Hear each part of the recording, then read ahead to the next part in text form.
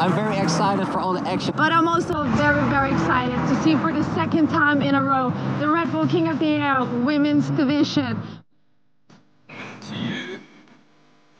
Oh my word, trick for trick, we're going into a stellar first heat here. Oh, This is gonna be landed. Come on! yeah! Yo! He's connecting into a double front roll. It's with a Thuvi. Wow! Beautiful! Fully extending his body there on that fall off.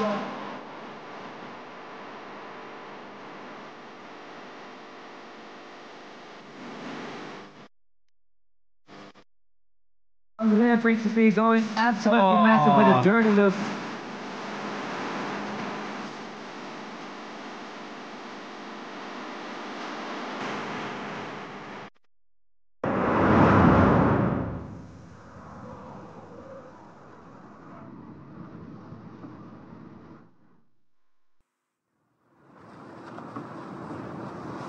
Good afternoon and a warm and windy welcome to all of you from around the globe and those of you listening here from South Africa to the beautiful city of Cape Town for day 2 of the 2025 Red Bull King of the Air, the world's most prestigious big air kite surfing event where the world's top big air riders have gathered from around the globe here to Kite Beach, the kite surfing mecca of the world.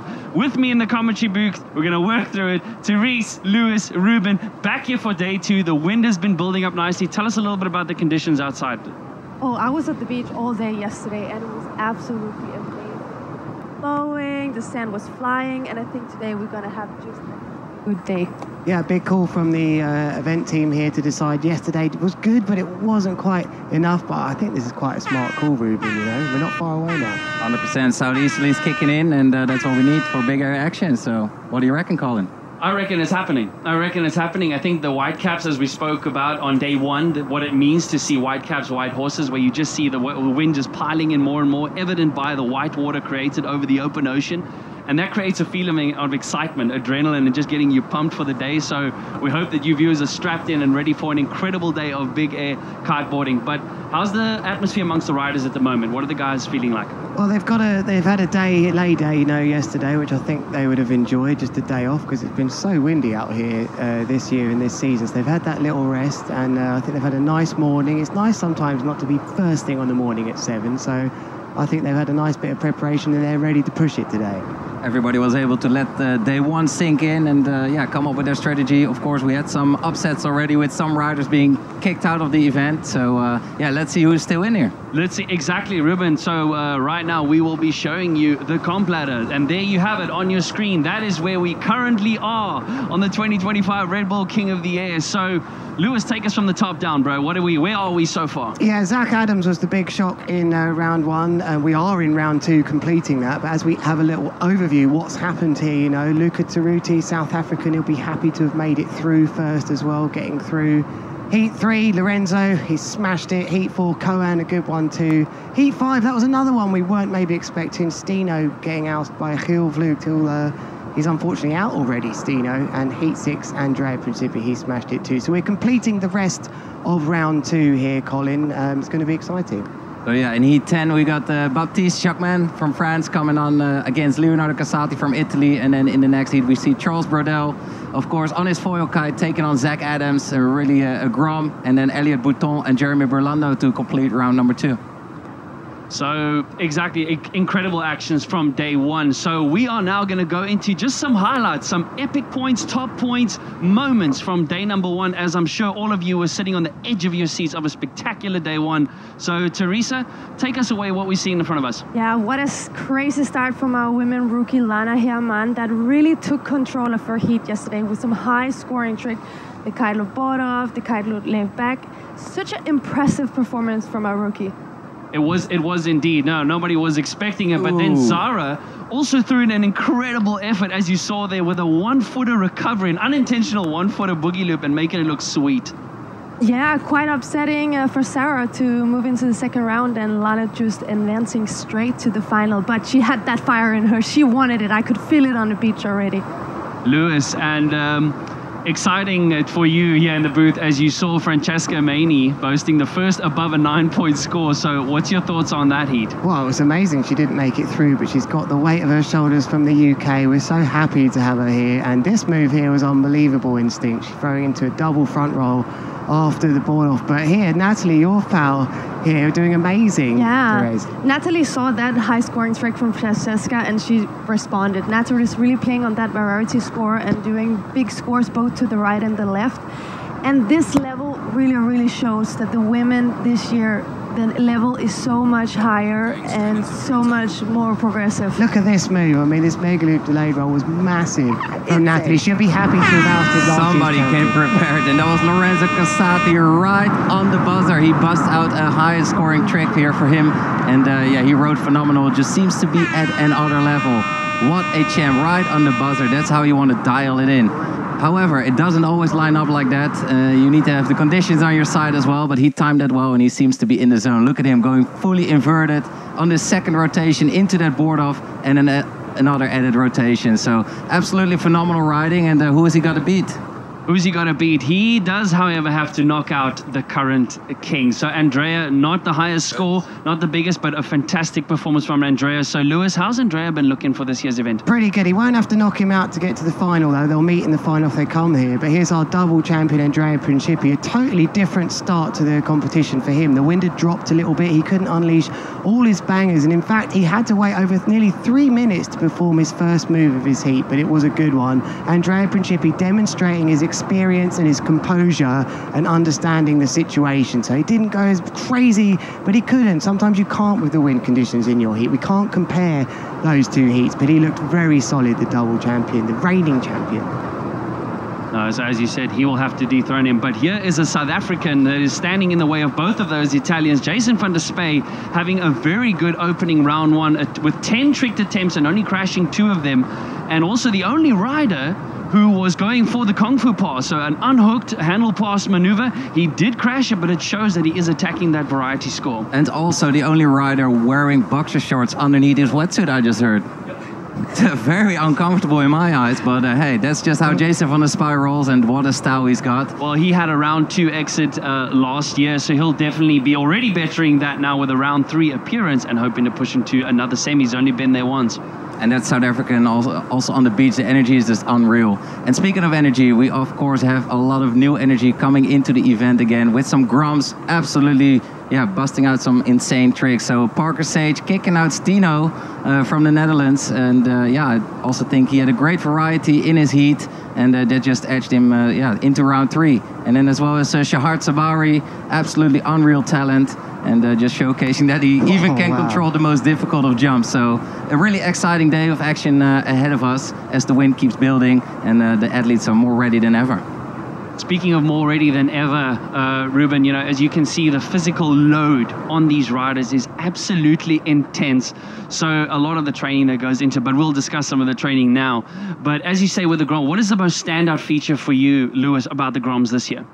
They're just fearless, you know, like they're getting into it at such a young age now. They don't have to go through this freestyle thing, and before you get into big air, they're going straight into big airs. They're under 10 years old, they're getting into it, and they're just fearless. And I once looked out to sea in the strong winds and thought, oh, there'll never be young people sending it in 40 plus knots at the biggest waves. And they are, basically. Yeah. They are totally fearless, totally in control.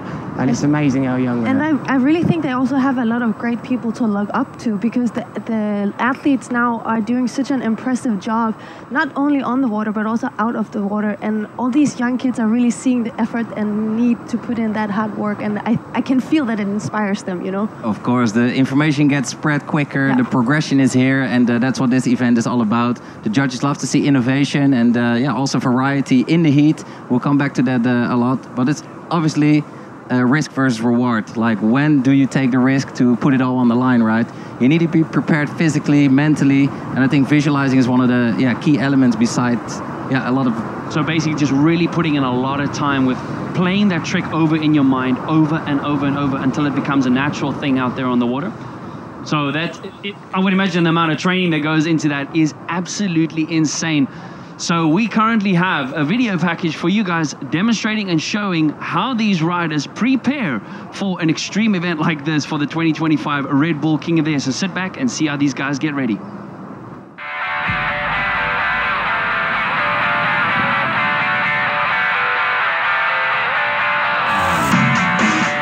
Yeah, I think big air is not only the most extreme, but I could say it's also pretty much creative. I can do the rotation in this way, I extend the body on this way. When you can land with so much speed and so much G-force, so your body needs to be ready to like absorb the impact, otherwise we'll just break it or snap it. So I'm really like work to prevent this. Mostly out of the water, I try to stretch my body more than I can. Do quite a lot of also like weight lift to get stronger as well, but not to get stuck, you know, in your body, and just be free to move and be really stretched in the water as well. The past 3 years specifically has really been about training off the water for me and understanding how the body works. If I would break it down, there's stretching, visualizing, weightlifting, and just understanding that your body is aerodynamic, and putting those 4 together, and then going on a kite simulator after putting the 4 steps together, and then taking that onto the water. I think what I do is I'm just trying to be the best possible athlete that I can be, which I do by focusing on my nutrition, focusing on my training, focusing on that I'm mentally ready whenever a competition or training session kicks in. I make sure I go to the gym. I focus a lot on my strength training as well. I started to see a coach here in South Africa who helped me to do more kite-specific exercises. But then when it's windy, obviously the main focus is always to kite. It's very, very easy to see how much power they generate, because the force of the kite as it loops through the air creates incredible amounts of G-force, which is then transferred through to the rider. You can really see when these guys are getting yanked, they pull a lot of G-force through the kite loop. I know Andrea does a lot of things in the gym. I know I got my kite simulator idea from him. So I like saw one day on Instagram, I was like, hey, cool, I'm gonna do the exact same. The limit is your mind. If you think I can do a new move, I can throw the board over me, flip it and then get it, actually you can do it. It's just a lot of work, but it starts to get interesting kite surfing recently. It's going crazy, the level.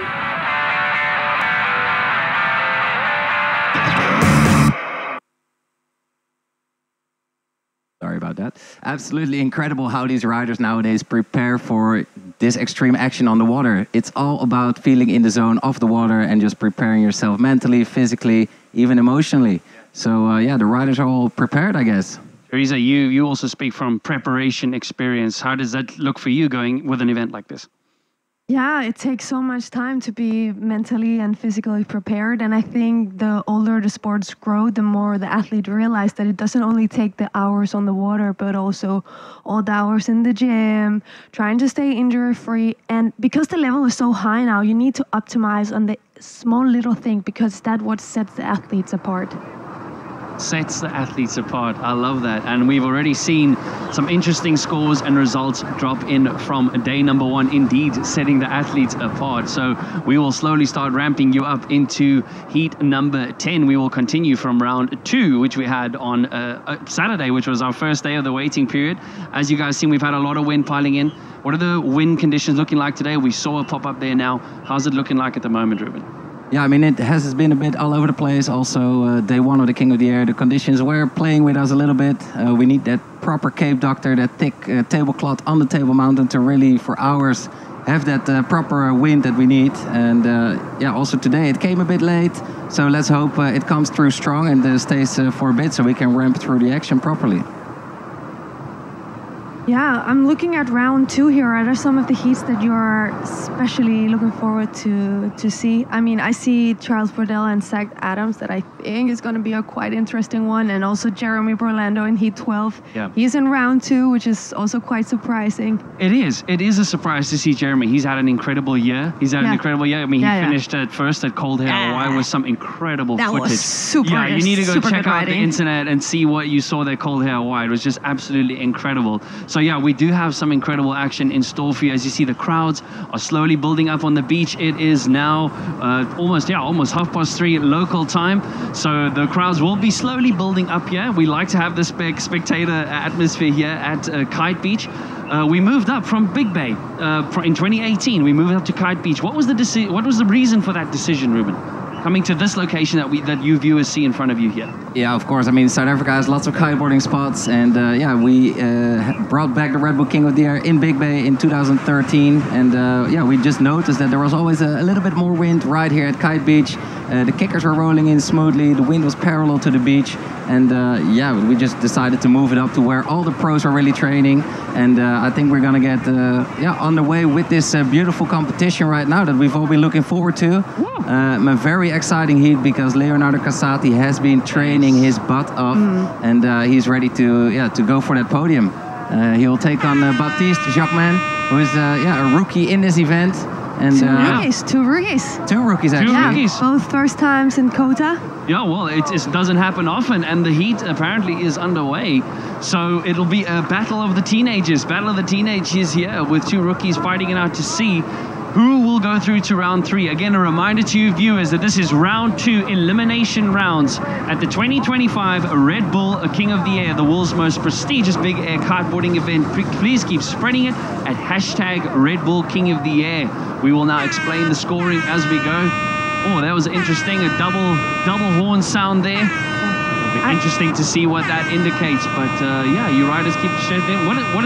What do you see in front of you there, Therese? An abandoned heat. An abandoned heat.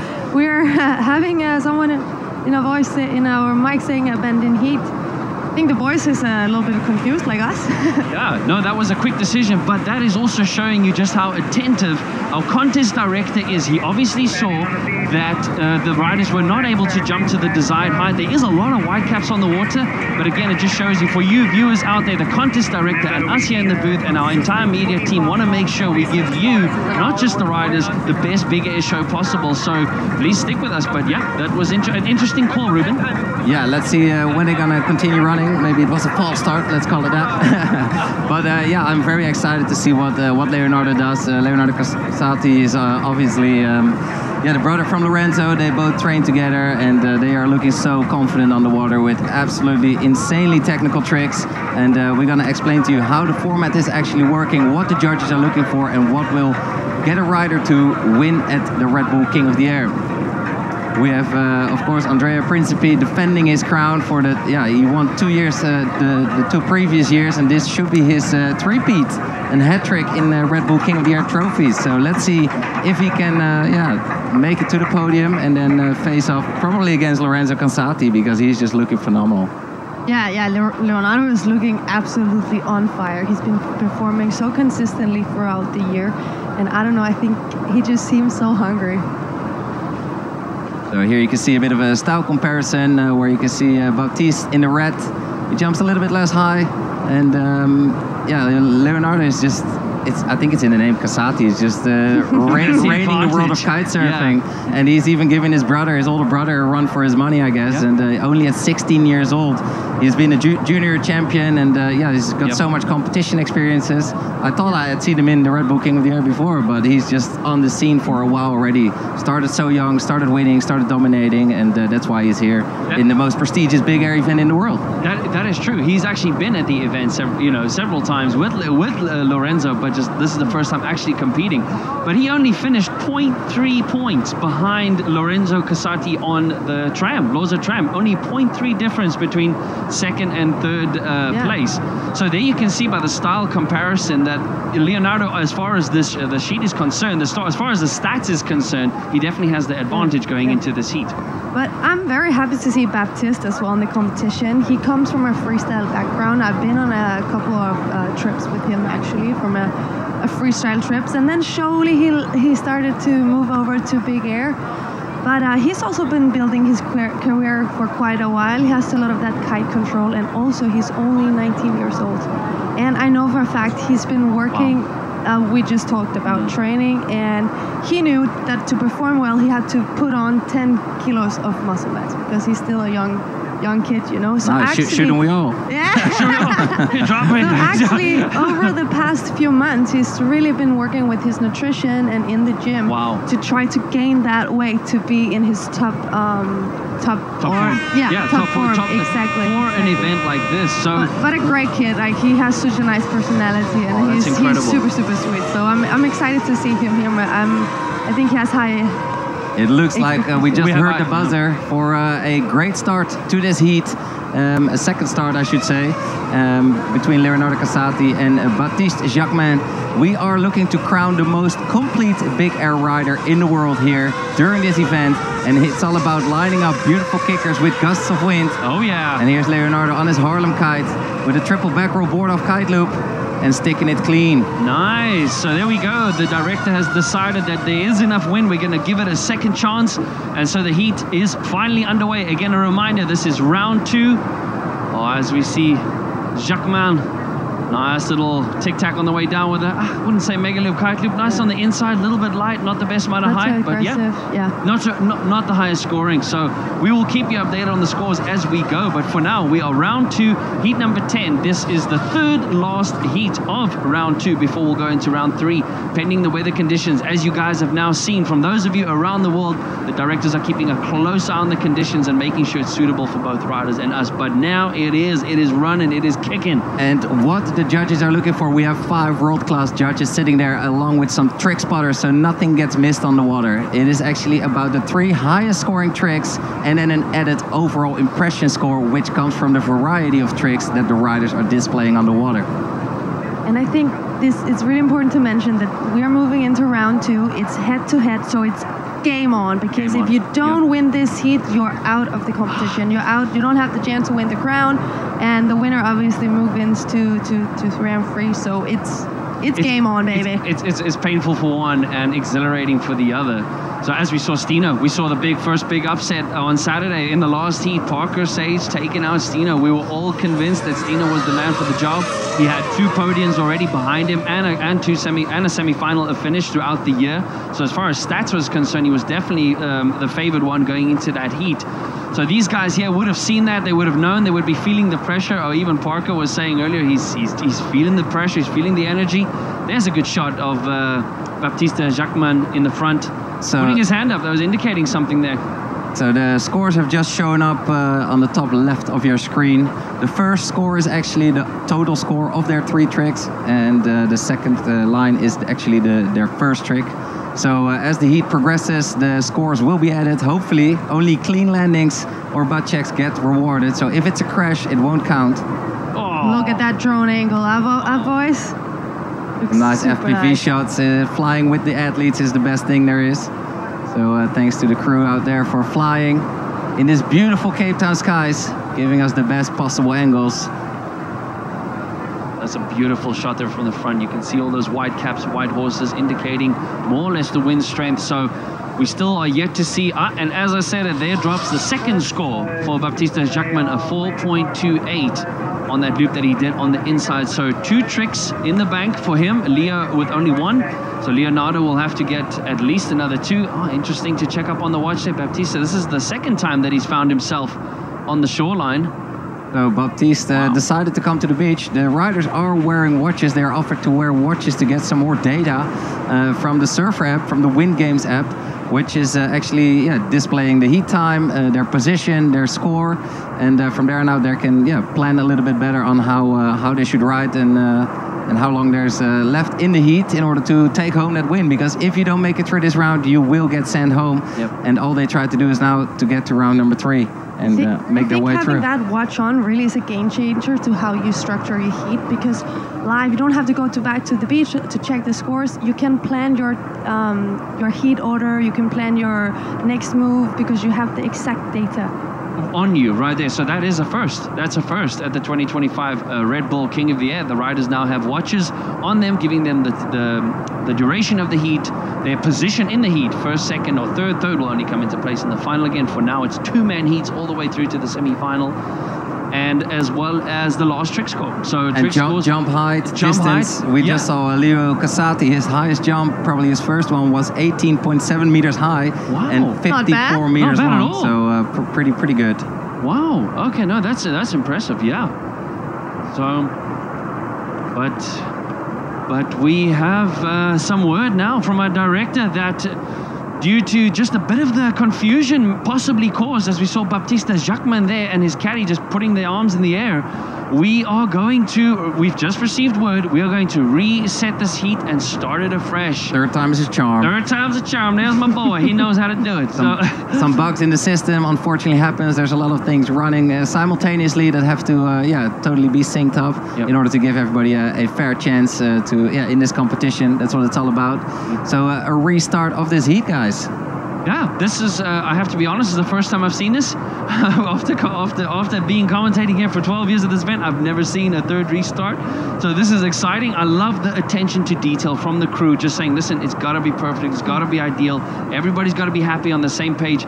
Not just that as far as from an entertainment point of view, but the risks involved. You guys are putting your bodies on the line. You don't want to be putting your body on the line for a score that's not going to count due to a technical failure. So the team putting a lot of attention into this. Yeah, and that's what I love about King of the Air, is that the sporting element is the most important one. And that's why I love this event so much. It's all about the athletes and their level and them showcasing what they really got. And we are connected to Mother Nature. That's why we have a 2.5 week holding period for this event to take place, so that we can actually pick the perfect conditions for these athletes to show what they've been training for all year. For the day, and they've had perfect training. Ruben, you've been out there a bit with the winds of the last few weeks. What's it been like? I actually had I came back 4 days ago, but I've been coming here for the past 20 years. It's my favorite place in the whole wide world to come and shred and live it up here. The conditions have been super nice, the kickers have been great, but this is just classic Cape Town, you know. The southeasterlies are kicking in 3, 4, sometimes 5 times a week, and the waves, when the swell rolls in, they're like perfect kickers to boost yourself into the sky.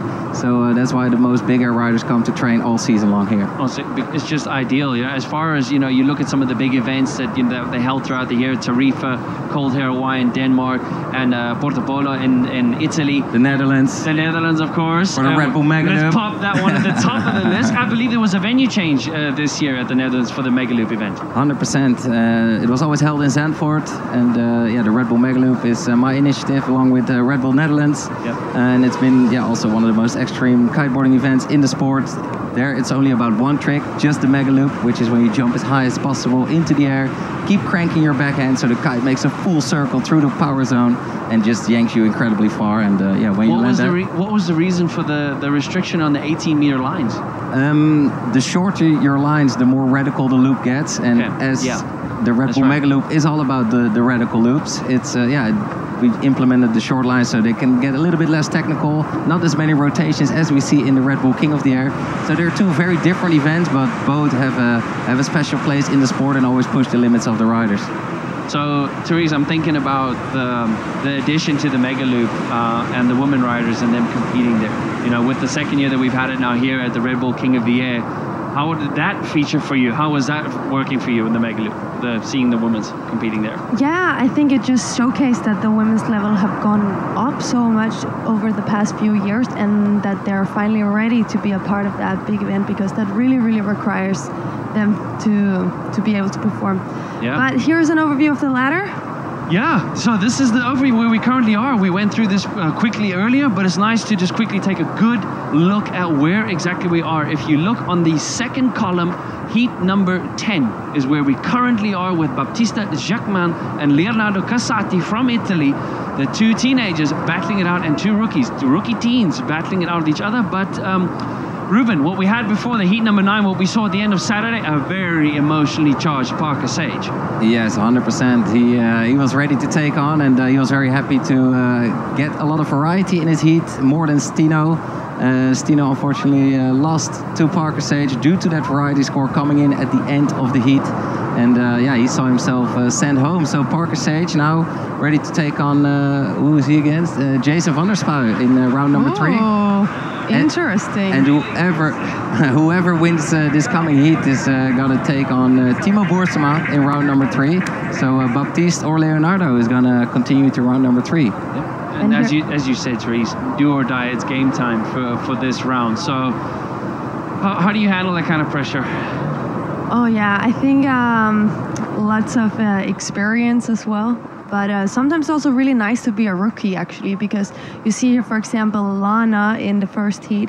She had no pressure. It's the first time in this event, and you can just feel that she was going to be as good as she could, you know? Yeah. And coming with that rookie feelings, I don't know if you remember it, Ruben, but it was also kind of nice because you're the underdog. Well, that's what they're experiencing right now in this heat. There goes the buzzer. So here we go. Third time's a charm, Ruben. As you said, these are 10-minute heats. All clocks are reset. And we're going to give it another wang as we see plenty of white caps again. Baptista Jachman and Leonardo Casati, younger brother of 2022 King Lorenzo Casati. So a full family affair right here at Kite Beach in Cape Town, the beautiful city. And as we bring into you live the 2025 Red Bull King of the Air, round 2, heat number 10. So let's see how we go.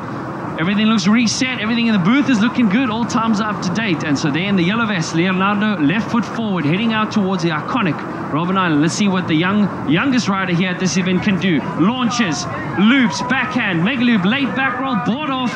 Come on, stick it, bro. This is good. Nice. Oh, and he opens his account. A really, really good score here for Leonardo Casati, which is coming up on the top of your screens there. And Baptiste is entering with a double back roll, board spin, dirty loop. Not that high, not a really critical angle of the kite. And that is something what it's all about here during the Red Bull King of the Air. 5 top international judges are sitting there with 6 trick spotters in order nothing gets missed. And what they are looking for is, of course, height, amplitude. That's one of the most critical factors here. We want to see people go as high as possible, but then, of course, extremity. And what is extremity? It is putting the kite as low as possible and with a big yank. That's what the judges love to see. That's what will score well. And if you throw in technicality and variety, then you have a good chance of making it through your heat. Making it through your heat. Oh, well said, Robert. That's so important. Like I said, getting that kite loop angle nice and low. Baptista Jachman. No, he wanted to probably go for a loop there, but not getting enough height on it. So, Ruben, what's the danger with looping it low, yet you don't have enough height yourself? Well, not only looping it low, I think one of the most dangerous parts is the takeoffs. It's like one of the most crucial parts. Like, he had a perfect takeoff again, not getting the height, so a lack of gust, lack of wind. But, yeah, he completed his maneuver, but getting hung up on the takeoff is very, very bad. Yeah. Sometimes when the wave looks like a perfect ramp to take off, and it just closes on you, it can just throw you off balance or even hit your legs very hard. And Baptiste is not connecting properly, so he cannot perform his move as high as he intended to. Are you thinking the kickers are going to build up throughout today? Because it's looking like they're searching a little bit. Leonardo is like riding back and forth. He's really trying to spot that good kicker. Yeah, of course. Well, the kickers all have to do with the tide and the swell that is pushing through. So, yeah, let's see what it does. It's a high tide around 4:30, I believe. Or no, sorry, even 5:30. So, yeah, the high tide is coming in. It can flatten out the ocean a little bit. The high tide can have a bit of an effect. But for those who are riding right foot forward, like Leonardo Casati with a nice board flip there. Oh, mega loop board flip. Oh, he's like, put it up. There goes. Oh, beautiful. The youngest competitor at just 16 years of age from Italy, riding out here in the 2025 Red Bull King of the Air.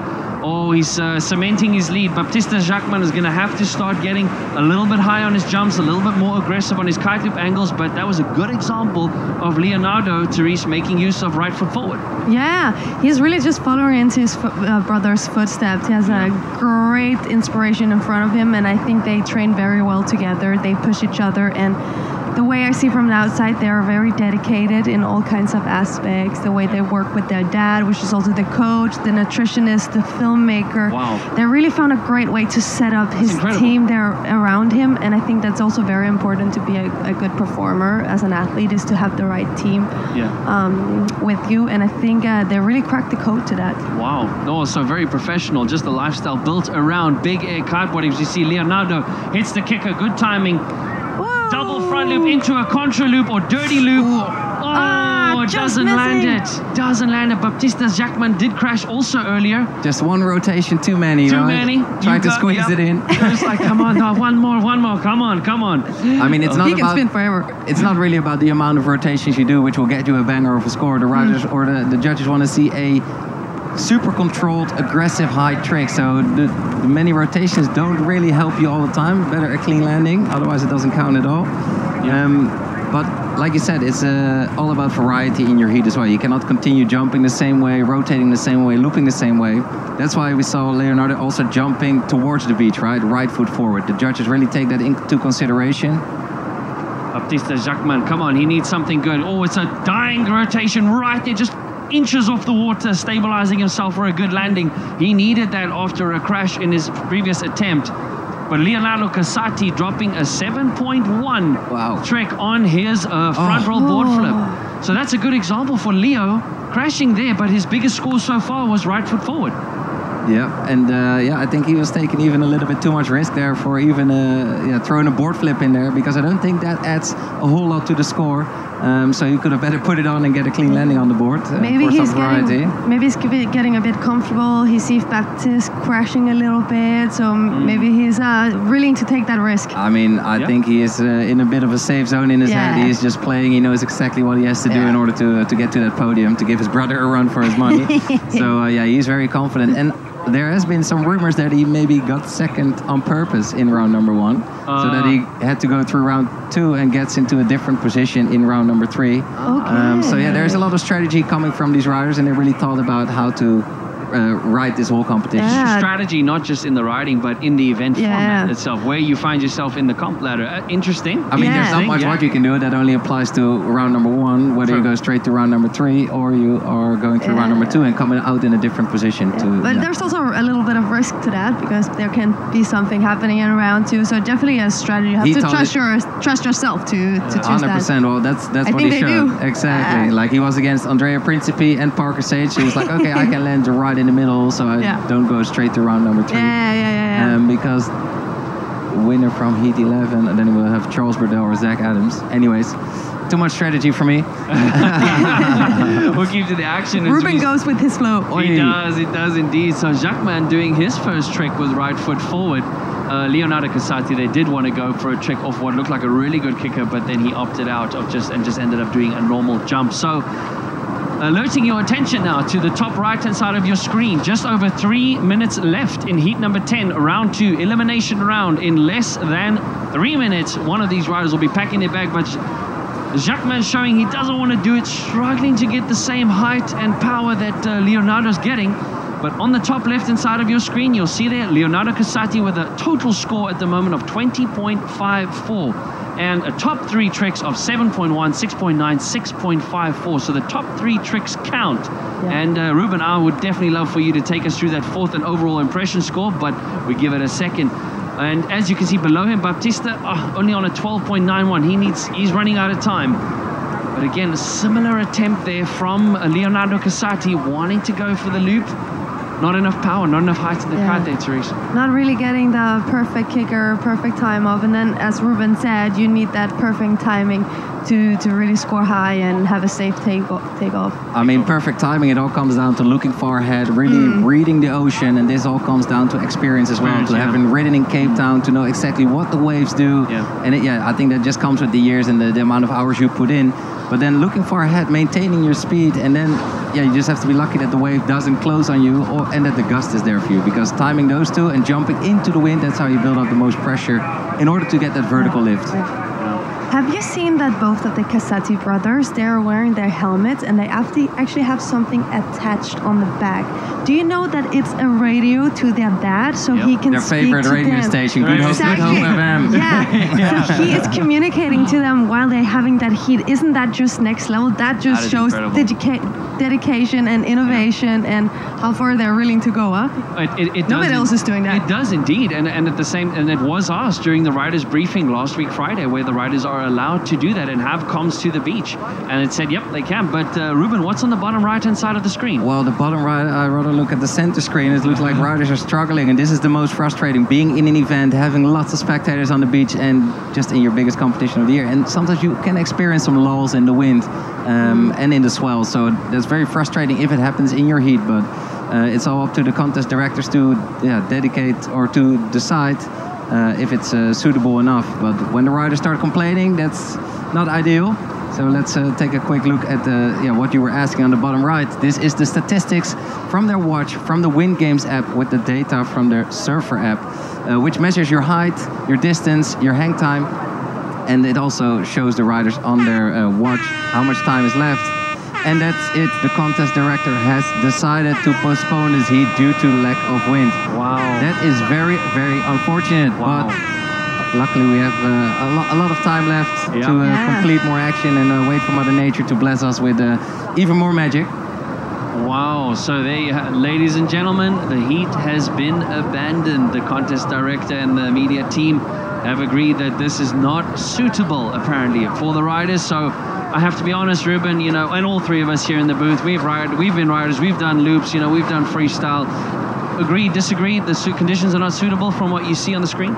Yeah, I mean, once you see the jump height not getting above 12 or even 10 meters again, I mean, it sounds maybe high to you folks back home, but for the Red Bull King of the Air, we want to see 20-meter mark hit regularly on every jump. And to give you a little bit of a reference, I think Lorenzo just set a surfer world record for 35.6 or 7. Yeah. Like absolutely insane. So a few days ago. The more wind they have, the higher they can go, and the more they can perform. So it is all due to the conditions, and unfortunately it's not suitable to perform for this panel of judges right now. Yeah, for the panel of judges. Sorry, Therese, go for it. Well, we are in Cape Town, and we know the conditions are going to be building through the day, because we always hit the peak of the day towards the end, towards 4 or 5 o'clock. We know the wind is going to be increasing, so there's going to be lots to look forward to. So that's the hope that we have, you know, and for those of you around the world, please stay seated as the team will continually scan the horizon, scan the conditions, scan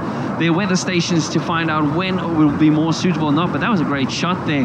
Back on what you were saying, what was on the back of Leonardo's helmet there, Therese, as we saw a good shot there from Leonardo Casati, the youngest rider in this year's event. So what advantage is specifically, isn't there a bit of a risk having a bit of too much chatter possibly in your helmet?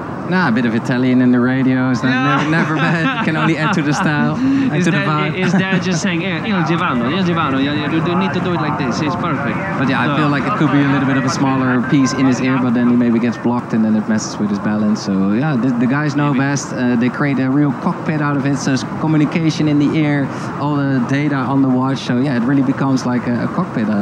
These pilots can navigate their playground. A wealth of information that, again, just allowing them to strategize and perform certain tricks at a certain time.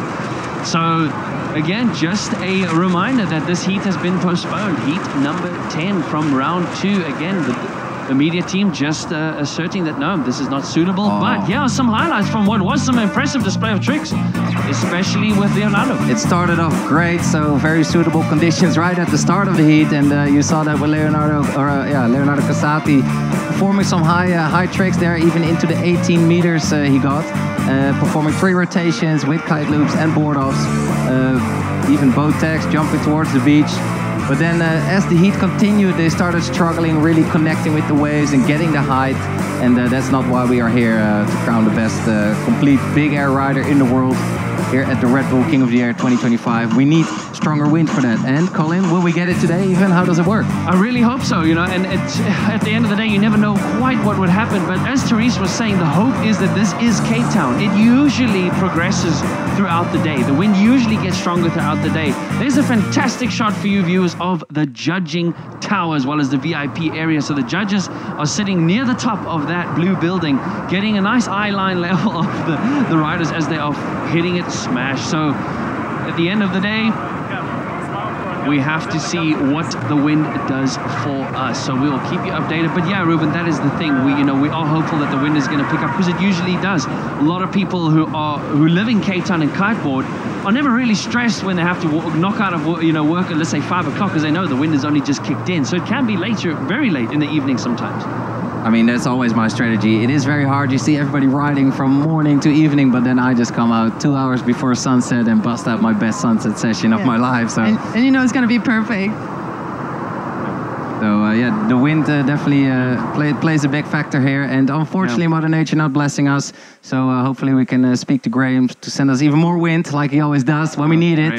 So he's in the spirit here today, and yeah, thank you all so much for tuning in. Unfortunately, we couldn't bring you the action just yet, but stay tuned for more updates so we can continue this epic event. Absolutely. No, I couldn't have said it better, Ruben. And yeah, so please stand by. We will keep you updated. Don't go anywhere. We are hoping for the wind to fill in as it usually does here in Cape Town. So don't go anywhere. Please keep spreading it on hashtag Red Bull King of the Air. And we'll speak to you soon. Don't go anywhere. Ciao for now.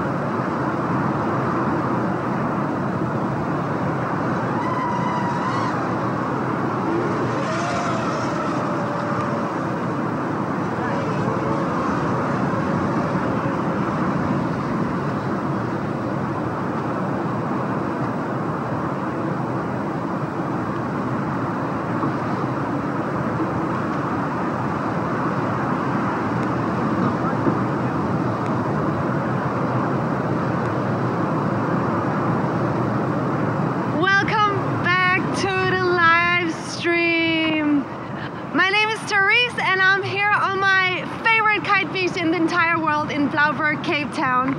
We are coming back to you because our race director have decided to restart the heat number 10. That means that the current tricks from the previous heat is not gonna count due to the not suitable weather conditions. That's why we're restarting the 10 minutes. And right now you can see here behind me, the boys are getting ready. They seem quite comfortable. Baptiste Jacquemin and Leonardo Cosati is out there testing the conditions before their heat will start slowly. They're still on their 9s, and they've been walking around here at the beach for a little bit, staying prepared, staying warmed up, and ready to start that heat for the 4th time. But the conditions are starting to be quite suitable. I see that cloud on top of the mountain forming, the sand is flying, and right here is like so many people on the beach already. But I have someone special who's actually out there testing the conditions right now, and you cannot guess who it is. Lewis, you got some updates for me? Wow, the conditions are really tricky. I just got nailed. That's going to go viral. I just had a wave close out of me. So bad. On the inside, the wind is very gusty at the moment, but it's coming through strong. It is strong enough.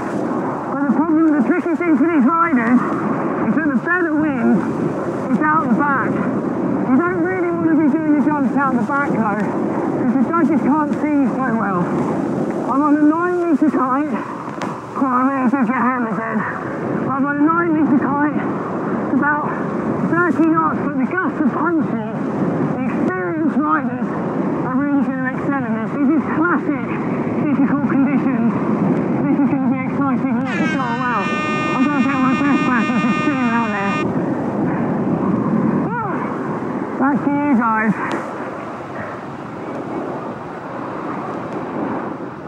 Wow, it looks like Lewis was a little bit out of breath there. And yeah, he got caned by a wave by the sounds of it. But he's getting a feel for the conditions there, which has been playing a bit of a game with us, Colin. It has indeed. And again, thank you for your patience to all of you from around the world for joining us for round 2 of the 2025 King of the Air. This is day 2. And as you say, Ruben, wind have been playing a little bit up and down. Lewis mentioning something interesting there about the gusts that are occurring. So it's about 30 knots, but in between gusts, how does that affect the riders? Yes, I mean, kitesurfing is all about playing with Mother Nature. The wind is kind of invisible. However, you can spot the wind by reading the water closely and seeing some gusts.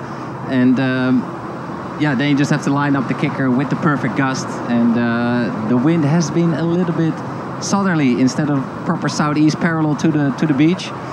So with that being slightly offshore, it just creates a little bit of a lull on the inside and a lot of unfavorable gusts or lulls in the wind, so the riders cannot even jump, and that's why the race director decided to postpone the event.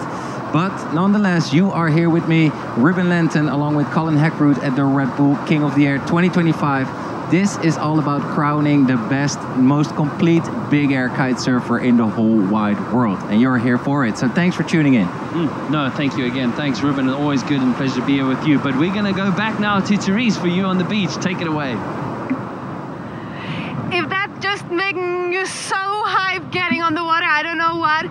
The boys behind me are getting ready for the heat. We have the 2 rugged Baptiste Jacquemin and Leonardo Cosati ready to really send it, because it's round number 2 and only the winner makes it on to the next round. I can kind of feel the tension here from the beach, from everyone, and I think the boys are ready to send it. Let's head back to the boys in the studio and let this heat start. Oh. Awesome. Thanks, Therese. It's great to see what is actually happening on there, as you say, as the sand just flies around your legs. So there you have the matchup. And again, thank you for your patience to all of you for joining us from around the globe and here in South Africa at the 2025 Red Bull King of the Air, the world's most prestigious big air kitesurfing event. Weather being very challenging today, but there you can see the 2 riders in less than 30 seconds will be ready to head out again for the 4th time today, as the contest directors have been playing it safe with the weather conditions and ensuring that our riders have the best possible conditions to put on a display of big air kiteboarding for those of you around the world. Get on the edge of your seats, cheer them on. Please keep spreading it at hashtag Red Bull King of the Air. So thanks for your patience. But Ruben, 5 seconds, start of the heat. Exactly. When that green flag goes up, these two rookies know exactly what to do, and that is not mistiming your first kicker. That is not great for the confidence, and yeah, losing some precious time there. That was Baptiste Jacquemin from France, who is a rookie in this event, alongside Leonardo Casati, the little brother from Lorenzo Casati, our 2022 Red Bull King of the Air champion, who is hungry for more. So let's see how Leonardo is going to impress the judges. The judges are looking for 3 high-scoring tricks, and then we'll give a 4th score with overall impression. That all stands for variety in the tricks. So jumping to the left, jumping to the right, looping, rotating both ways, and yeah, that's going to be very important for that impression score.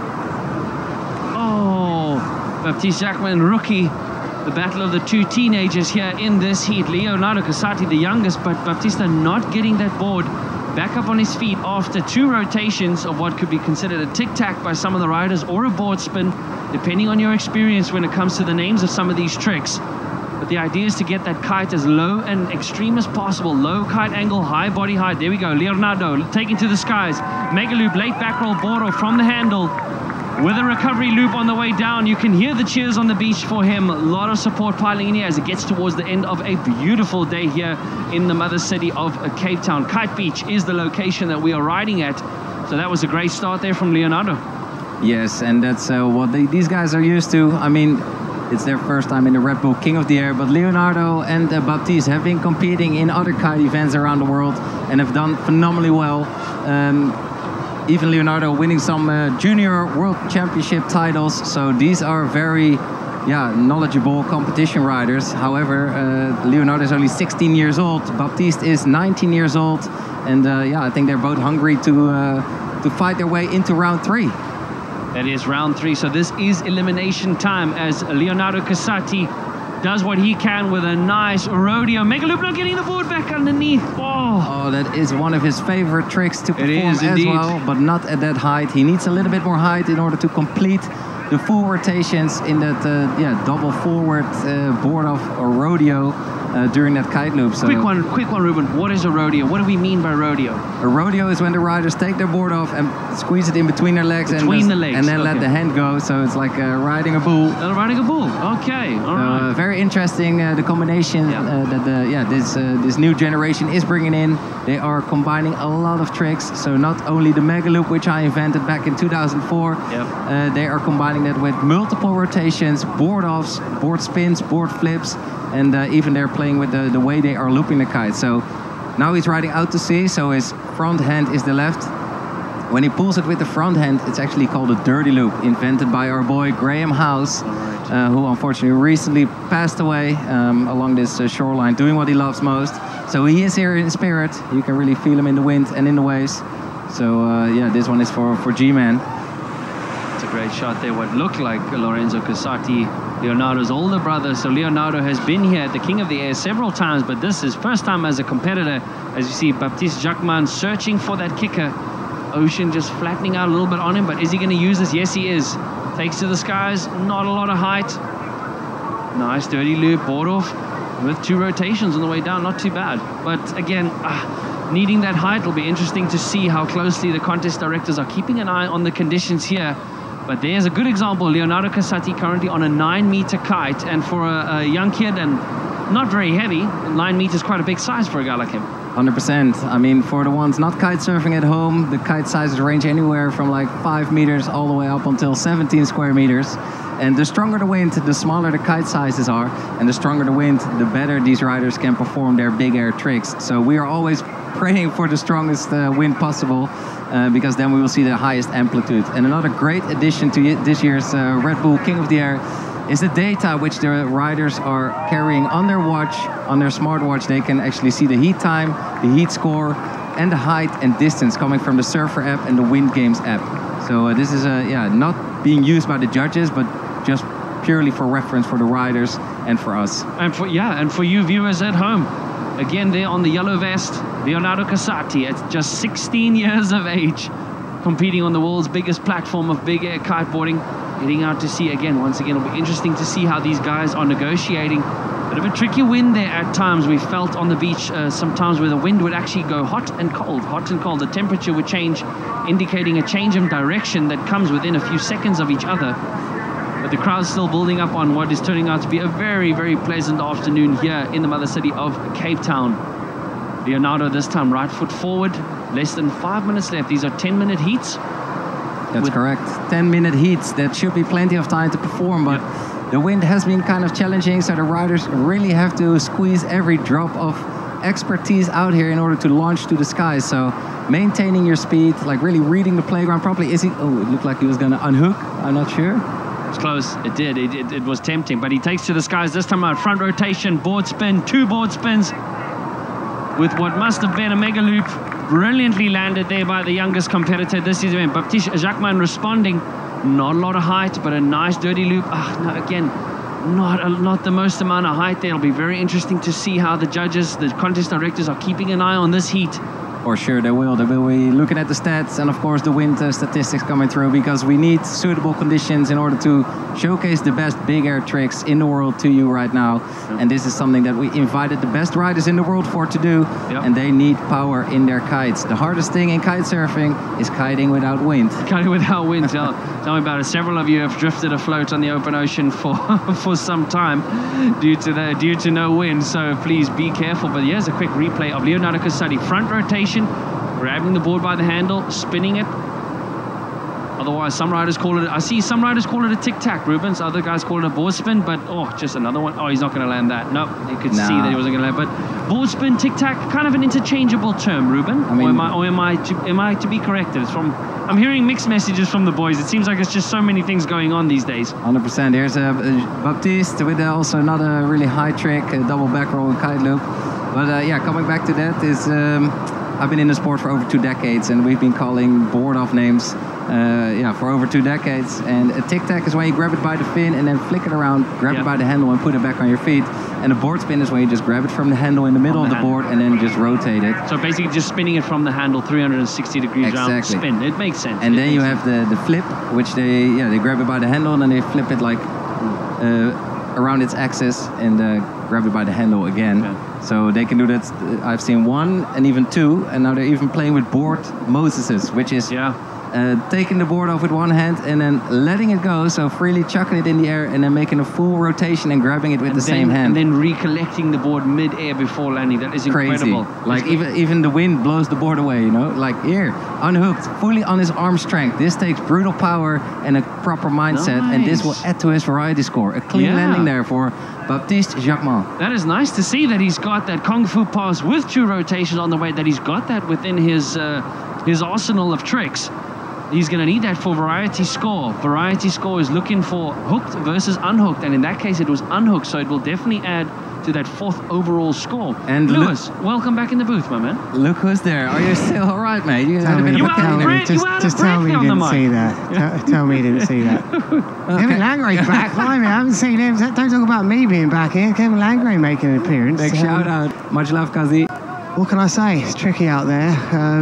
Yeah, I mean, the inside is very, I'm sure you spoke about it, guys. It's very light on the inside, but it's that... Yeah, you can see it. You can see these kind of clear patches on the water, so let's see. Let's give it time as the judges and the director will take a look at it. But yeah, very nice Kung Fu pass here from Baptiste Jacquemin. Yeah, let's be straight to the point here, guys. We can see this one being DQ'd, I think. This is very light on the inside. I mean, I've just been out there. I don't know how much you heard of my report as I was body dragging back to my board. I got, Ruben, I think it's up there with your one. I got steam trained so hard. I offered to help you out and go out for you instead, so you don't have to do all that hard work out there. Well, you're down the podium. But anyway, if you move my trout shorts, I don't there, as Lewis, as you called it, and we just needed the guts to call it. As we could see, the heat has been abandoned for the 4th time, and this is how it rolls here in the mother city. It is one of those things. So this is the world of kiteboarding, ladies and gentlemen. This is how it works. But again, you can see there is still a lot of wind, so even just for general kiteboarding, it's still suitable conditions. But for big air, to get beyond that, at least that 15-meter mark of height, Ruben, they need a little extra, right? Yeah, 100%. Right. I just saw Ellie Dimitrova rock up to the VIP deck, and she just flew in from New Zealand. So welcome, Ellie. But yeah, she will be overpowered right now on her 5-meter. Whilst the best big air riders in the world do need a lot more power in their kites to perform.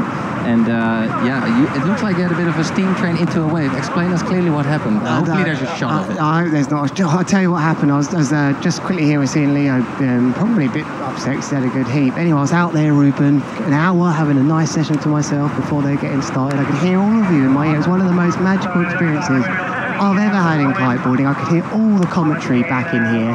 Dolphins came out of the water, seals. It was unbelievable. And then the very moment they got started, I got clotheslined by, I think that's the worst one I ever had. I tried to jump it and I didn't make it by a meter.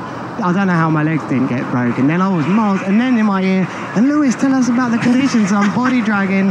Please, don't go to me, don't go to me. It's magically, it did sound a little abnormally out of breath for you, Mr. Krat, and it did. I have to be honest. As I'm thinking here in my head, you know, in the commentary, going, why is he so out of breath? That's why, because I got back to my board and managed to at least explain the conditions, which were tricky, it has to be said, but there was the right thing for them to go for it then. Race director Sergio Cantanelli went for it, and it's in my favour too. It looked tricky, and I can tell you it was. That's why I had that crash. 100%. Well, I was secretly enjoying it a little bit, seeing you struggle after that caner, and I'm gonna ask the camera guys to send me that shot because I want to have it on replay for back home. However, thank you so much for sticking with us today. This is also part of kiteboarding, and I was just walking over the beach and seeing the whole community here just feels absolutely like coming home. Yeah, it's amazing. This is the home of the Red Bull King of the Air. This is the 13th time that it's staged here in Cape Town, South Africa. We saw a little spot change from Big Bay to Kite Beach. Yeah, that was good. But like you still feel that energy in the scene, which is absolutely incredible. And it's incredible because, you know, it's been 13 consecutive years, you know, where we've been bringing you the world's biggest and best big air riders on the stage. 13 years we've managed to hold it every year, including our COVID. Even in our COVID years, but we're gonna be going back onto standby mode. But gents, any quick last words just for the viewers before we go on to standby? Well, Ruben, where have you hidden my shorts? I mean, I literally just have. All I've got is my changing robe. Here, you've hidden it. That's enough for you. I sold your shorts to the highest bidder. Wasn't much, I can tell you that.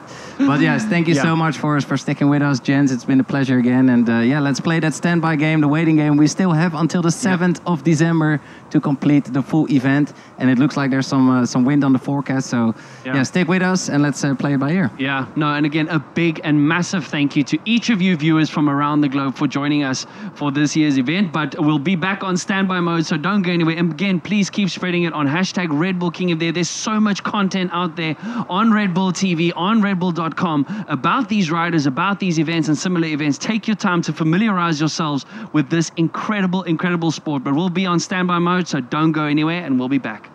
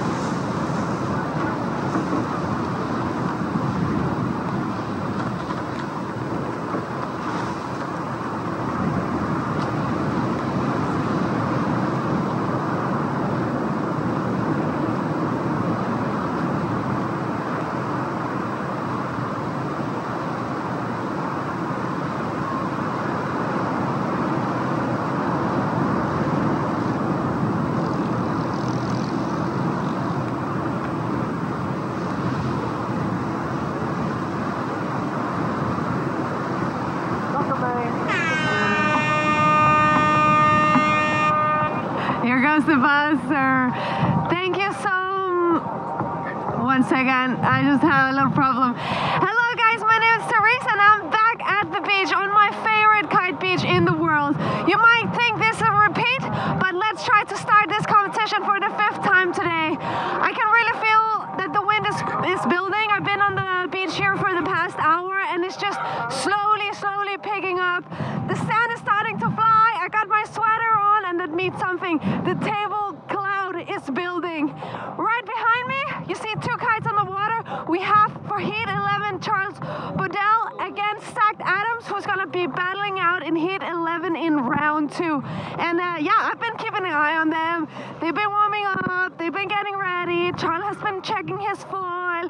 And yeah, I think they're very excited. And yeah, what else? I want to tell you guys, everybody who's sitting down in their couch in Europe, all over the world, to see if they can really feel this atmosphere.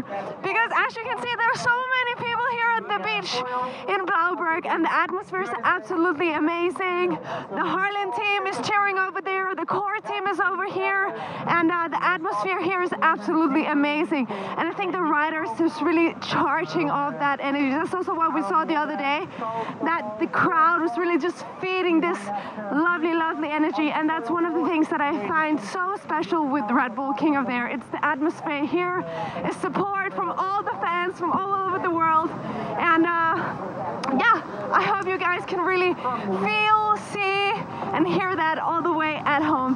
But that's it for me. I'm gonna watch this heat and then I'm gonna catch the winner for you, and in the meanwhile I will throw it back to the boys in the booth. Whoa, thank you, Therese. That is a nice intro there. Again, giving you viewers around the world just a feel for what it's like on the beach. Again, a warm and windy welcome to day 2 of the 2025 Red Bull King of the Air. Appreciate your patience in waiting for us as we wait for the wind to fill in for what's now moving into heat number 11, giving the guys in heat 10 just a bit of a break. So just a slight change in the competition later. But here is the matchups. Charles Brodel from the left-hand side from France, taking on Zach Adams at only 17 years of age from the USA. Heat number 11. Tell us more about it, gents.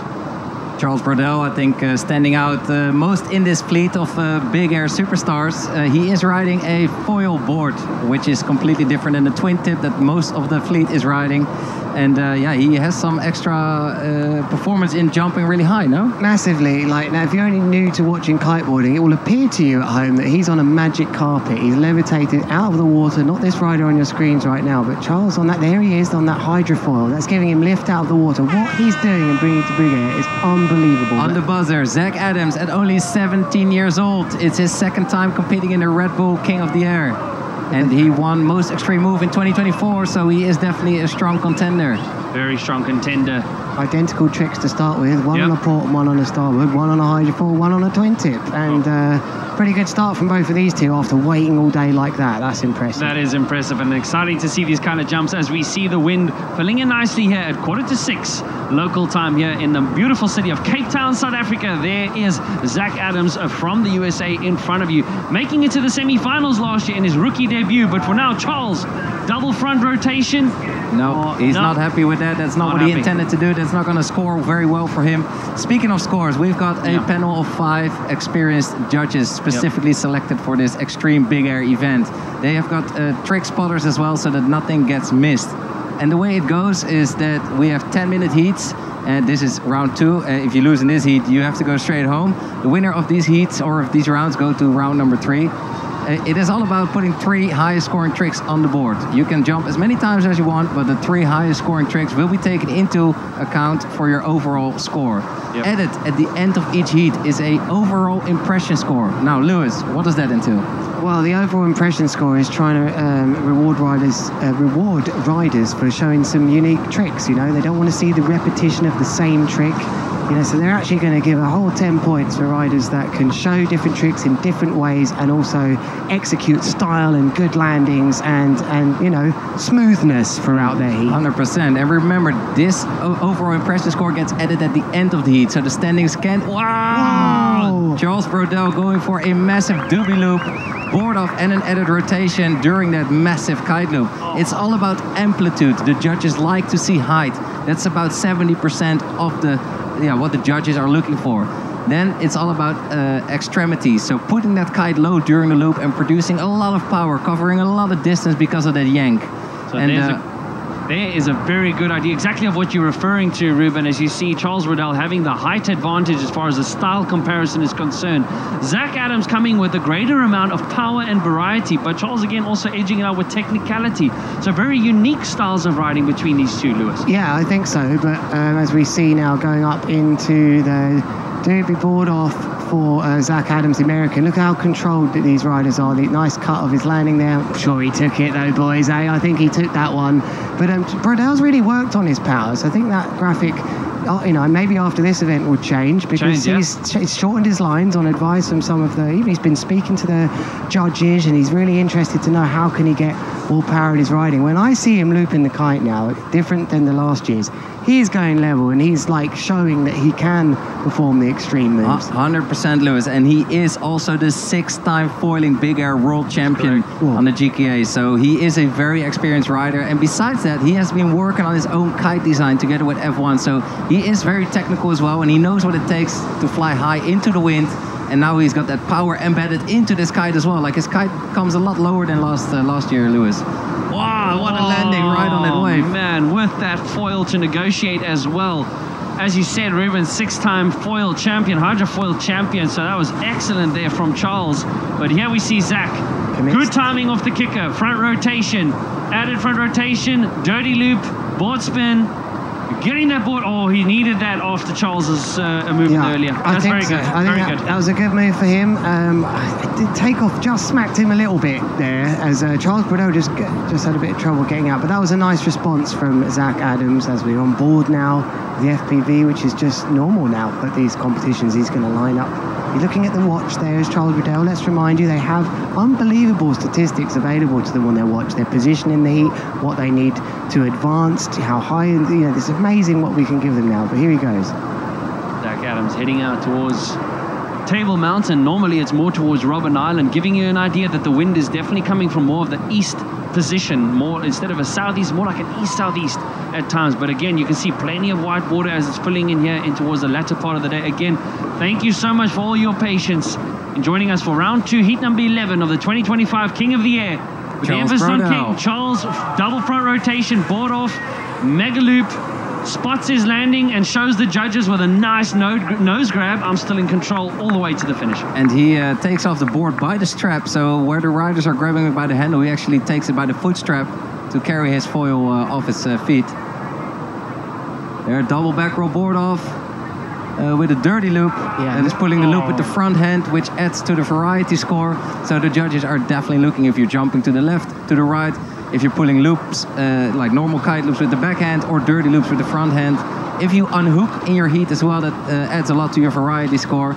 And nice outfit. I like that outfit. Sorry, Ruben. Got distracted there, mate. I did. I mean, what was that? Leopard and pink. That's quite a combination there too. But just back to that move, whether we get a replay of that or not from Zach Adams, just the way the kite went around that dirty loop there, it looked like it went a bit slow, didn't get a huge gust, maybe a lull on the way around, and that was the start of the trouble for me. He ran out of time. He needed that little bit more time to float down and land at, but it's still plenty to play for here. Look, very close. 0.02 is separating them. And here, sorry, Ruben, they've got 3 scores already, so 3 scores are already in the mix. On the bottom right, you can see the height that the riders are flying. On the right-hand side, you see the highest they have flown in this heat, which is up to 22.6 meters for Charles and 17.1 for Zach Adams.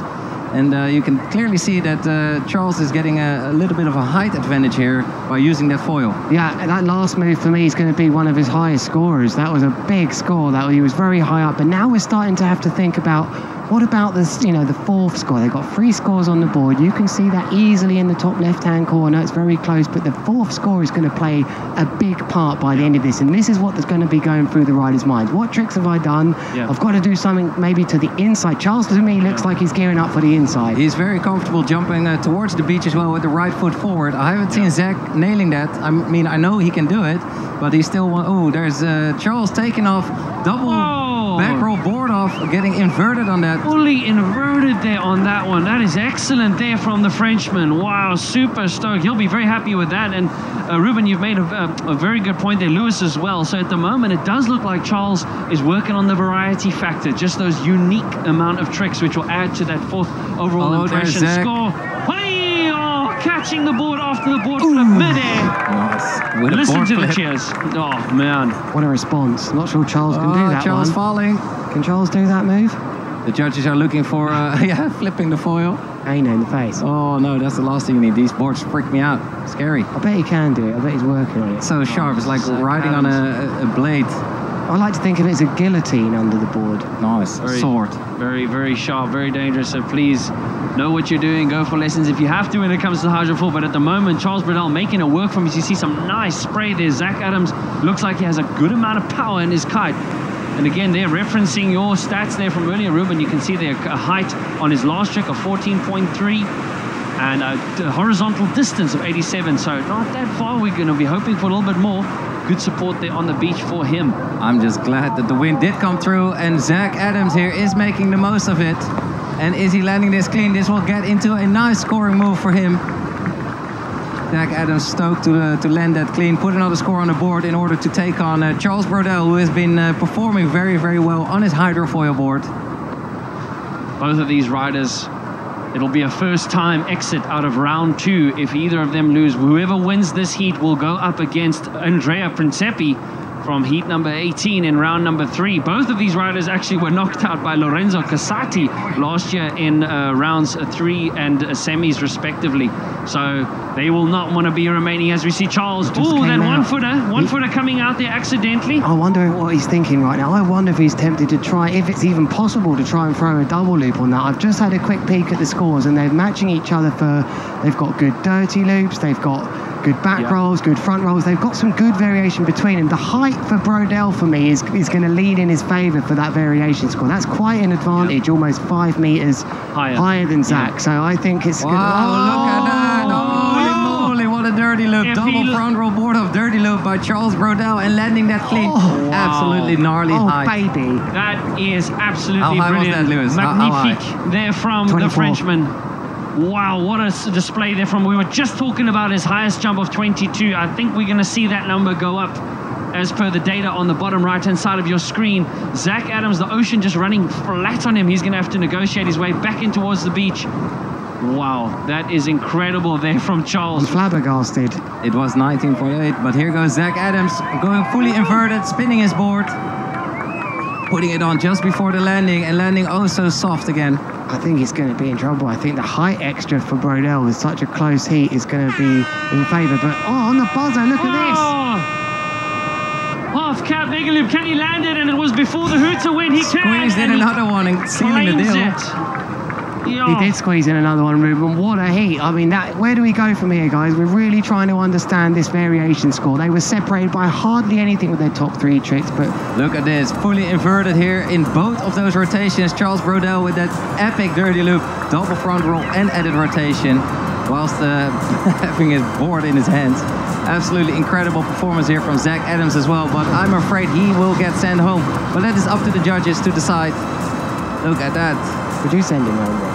I'll send him straight at now. I'm not a judge, mate. I'm not a judge. I'm not going to get into that. Both of these riders are showing us some phenomenal big air tricks and some clean landings as well. They both had a great heat, you've got to say, for waiting around all day like that. And you can see that wind still a little bit offshore. Just look at that kite riding heavily over towards Lion's Head there in the city of Cape Town. Those 2 riders will be waiting on the beach, so wanting that score.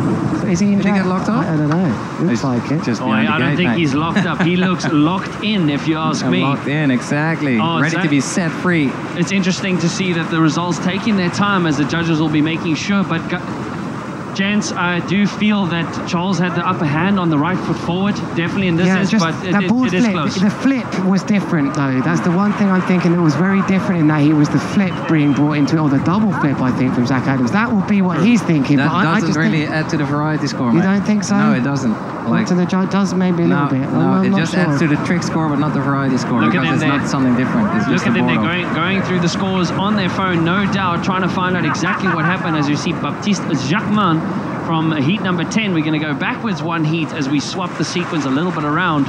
But as you can see, judges taking their time. Look at this. Wow. Unbelievable. A 0.53 difference between that is so close. Gents, that was interesting. That was just a wonderful example of how to see how the judges are looking at it. Yeah, I think it does make a difference. It does make a huge difference. Wow, Zach Adams evading a round 2 loss. Charles will be heartbroken about that, but what an effort from both of these. But 100%. no time to waste. Yo. So we got Leonardo Casati here, the youngster, 16 years old only, and Baptiste Jacquemin, 19 years old from France. These are 2 rookies as it comes to the Red Bull King of the Air, but experienced competition kiters nonetheless. We have got Leonardo Casati, the little brother from Lorenzo Casati, 2022 Red Bull King of the Air champion. He has got some titles of his own. He's 4 times junior world champion and also 3rd at Lords of the Tram. So very, very experienced competitor, and yeah, he's just in the zone, just as his brother, both training hours on end. And on the buzzer, what is he going to do? Turn around. He didn't see the ocean line up for him with a big kicker. Yeah, we didn't. We call that attack abortion, Ruben, where he just aborted his attack there. He's come back onto a starboard, which is to the right-hand side, left-hand side. Because it's not about quantity. They want to see quality. Of course, lots of variety, different tricks in the heat as well. But if it doesn't line up, there's no need to put an average scoring trick on the board. It's better to turn around and catch some airtime like Leonardo Casati is doing here. He is hanging up there. You know what? Do you know what time it is, Ruben? Hang time. Nice. Yeah, he really got his kite vertically above him there, and that entered into almost like a bit of a helicopter sensation. That's the dream as a kiteboarder, when you get that kite right vertically above your head. That has fired him up. Look at him heading out here now. Boom, straight into another classic Leonardo Casati move with a doobie loop board off. Very Jesse Richmond-like, actually, the way he committed that into that. And we got the landing. We did get the landing. He did. He smacked it with a full inversion on that second forward rotation there from the youngest rider in this year's King of the Air event. Baptiste connecting with a kicker of his own and going for the double back roll board spin, dirty loop. Yeah, now watching his entry, he's landed that, he's going to land it cleanly there, but it wasn't super high, and one of the reasons why he wasn't able to get super high on that, as we watched him ride out to sea, it was very bumpy. He had to navigate the water. He lost a bit of speed. He didn't get the most vertical takeoff. No, and he was right distance, to go into back rolls though. That's probably your best option, to go into a back roll takeoff where you slide upwind to create that extra tension. But it was a much harder entry to the wave than Leo. To the wave. Slamming yourself into a wave, Lewis. How did that feel? Don't know what you're talking about. I'll post it on my Instagram later. But Leonardo Casati dropping an over 8 point there. Quick replay here. Front rotation. Board off by the handle. Fully inverting himself, almost like the reverse of a half cab, I almost want to say. Add a rotation on the way down. Plenty of control. Both hands back on the bar and saying, what more do you want? Oh, Il Giovanni there from Leonardo Casati. Yeah, again, just not the perfect takeoff for him, but he's done very well to adapt to that. Yeah, Baptiste there, he's going to get a little bit of deduction for a butt crash, but if you're back home in France, hoping for a great performance from him, he's started well, he's landing moves, and he's trying to answer to Leo Casati, who we feel might be the next rider to break into the top 5, might be going right foot forwards here. He is. Yeah. Nice. Oh, how did he find that gust? He couldn't get him. And that's what it feels like. He can do that all day with his eyes closed. And now when it matters most, here in the Red Bull King of the Air, in knockout round number 2, he loses the handle. He loses his board, and it will cost him some time. Baptiste Jacquemin. Dirty loop, forward rotation, board off. Nice. Nicely done. That had a little bit more of the height you were referring to in your last comment, Lewis. He got that takeoff nailed on there, and he even had a little wobble at the end on landing, but he took it. Maybe he had that little burst of energy that you get as a competitor sometimes, where you see your opponent crash like that, and you think, oh, right, I've really got to take it to him now. The pressure, maybe it's time that things are he's turning the tide here a little bit and changing things. Nice burst of energy, when smashing that Red Bull right before your heat. I love it. Baptiste Jacquemin, he's not going to take off on this one. He'll slowly make his way a little bit upwindy. The riders do have to stick within the general vicinity of the competition area, mostly so that the judges can't see you. But Leonardo, left foot forward. You can see a lot of white water, a lot of spray. No, opting out very cleverly, showing just a little bit of experience there. Okay, the third trick score has come in from Baptiste right now, and that shows you just how well he's scoring. Leo's only got 2 tricks on their board swap. Thank you. I've been told in my ear that he's actually swapped to boards. Maybe it was easier for him to get to that. Get out onto the beach quickly, grab another board, because you cannot allow your board to drift in the competition area, because that becomes a safety risk for other riders. So well done there from him to get that out of the way. But back to the action, front rotation. Wanted to do it there, wanted the board off, but... And more than anything, Colin, what he wanted was a trick score of over 6.5 coming to the right. If you don't get over 6.5 to the right, it's likely not going to really mean anything, because that would show its variation coming in. It would give him an extra point in that category. So we know, not again, he's going to probably not get scored super well for that, but we tend to see the highest score. Oh, that's a Kana. Oh, blimey. Oh, blimey. Mayday. He goes down. But Leonardo responding there with multiple board spins on a dirty loop, landing it very cleanly. You can hear the support from in the beach, super stoked as that drone almost makes contact with the kite there. Our drone pilots doing their absolute best here to put on a great display for you viewers at home. Again, thank you for your patience as we have just over 5 minutes left in heat number 10 of round 2 of the 2025 King of the Air. Once again, a reminder, I'm Colin Heckert. To my right, Lewis Crathon, 9-time competitor here at the King of the Air, and big air pioneer, Ruben Lenton. Great to have you guys in the booth. And Therese, our ever-fabled beach commentator, amazing to have her in the booth and on the ocean floor with us here as we see a quick replay of what was back in Zach Adams' 7.56 score in the previous heat. No, this is Leonardo that's actually Leonardo, just the wrong graphics. Nicely spotted there, Ruben. A double back roll with a board spin whilst doing a dirty loop with his front hand. It's been a long day as well for the graphics team as well. It's a lot of waiting.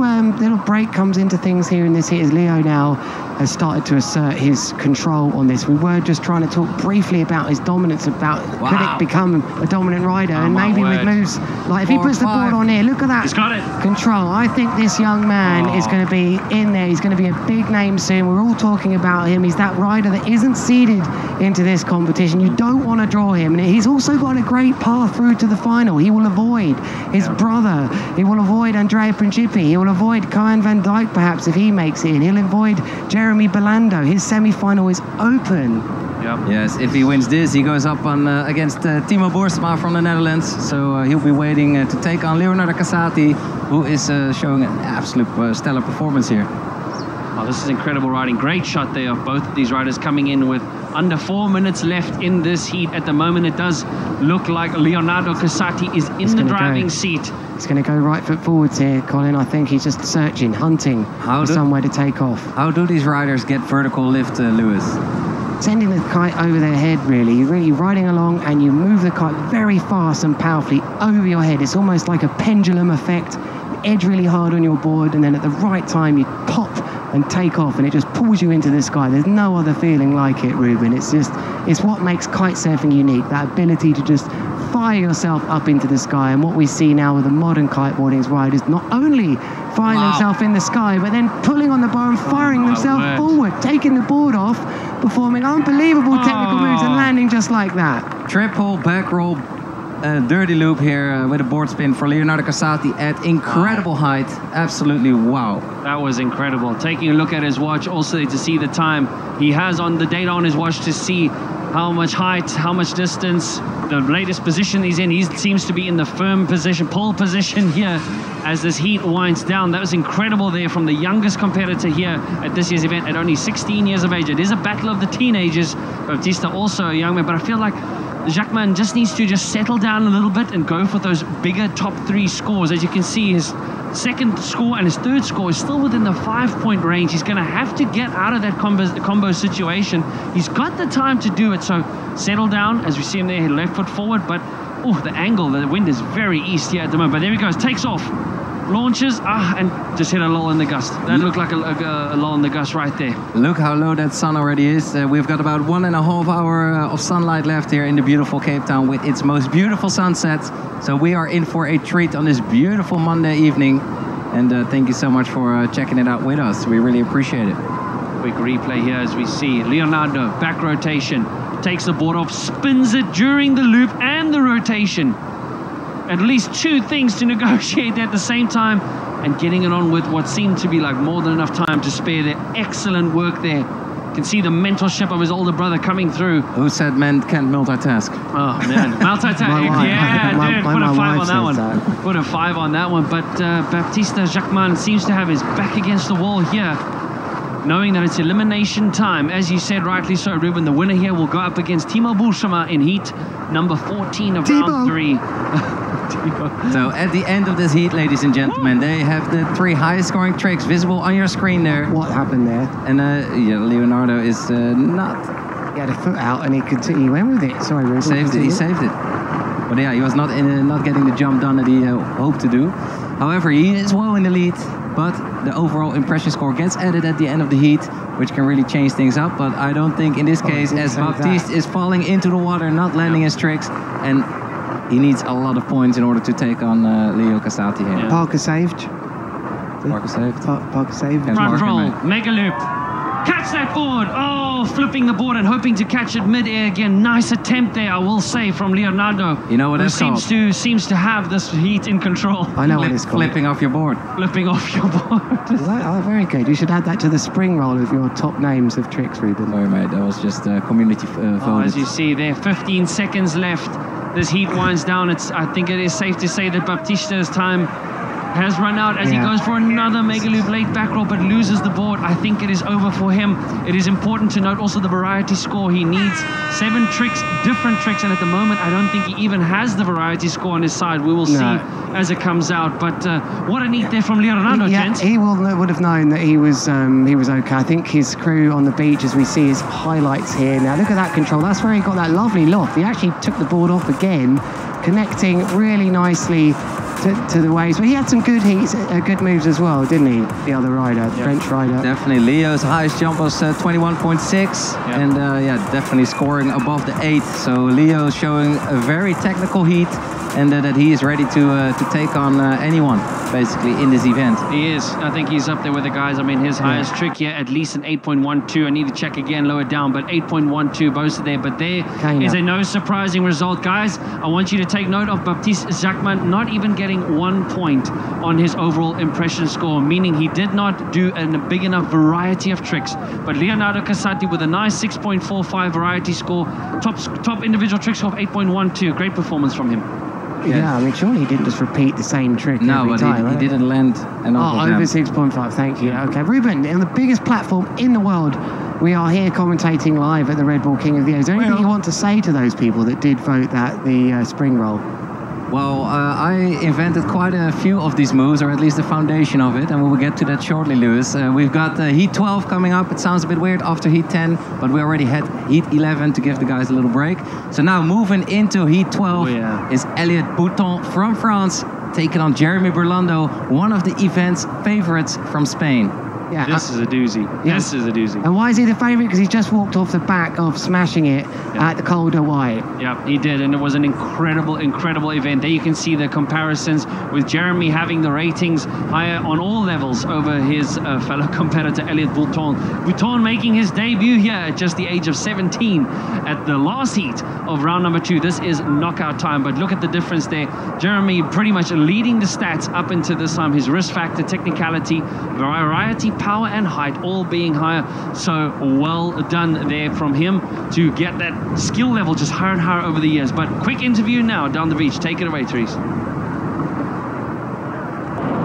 Leonardo, the youngest competitor this year in Red Bull King of the Air.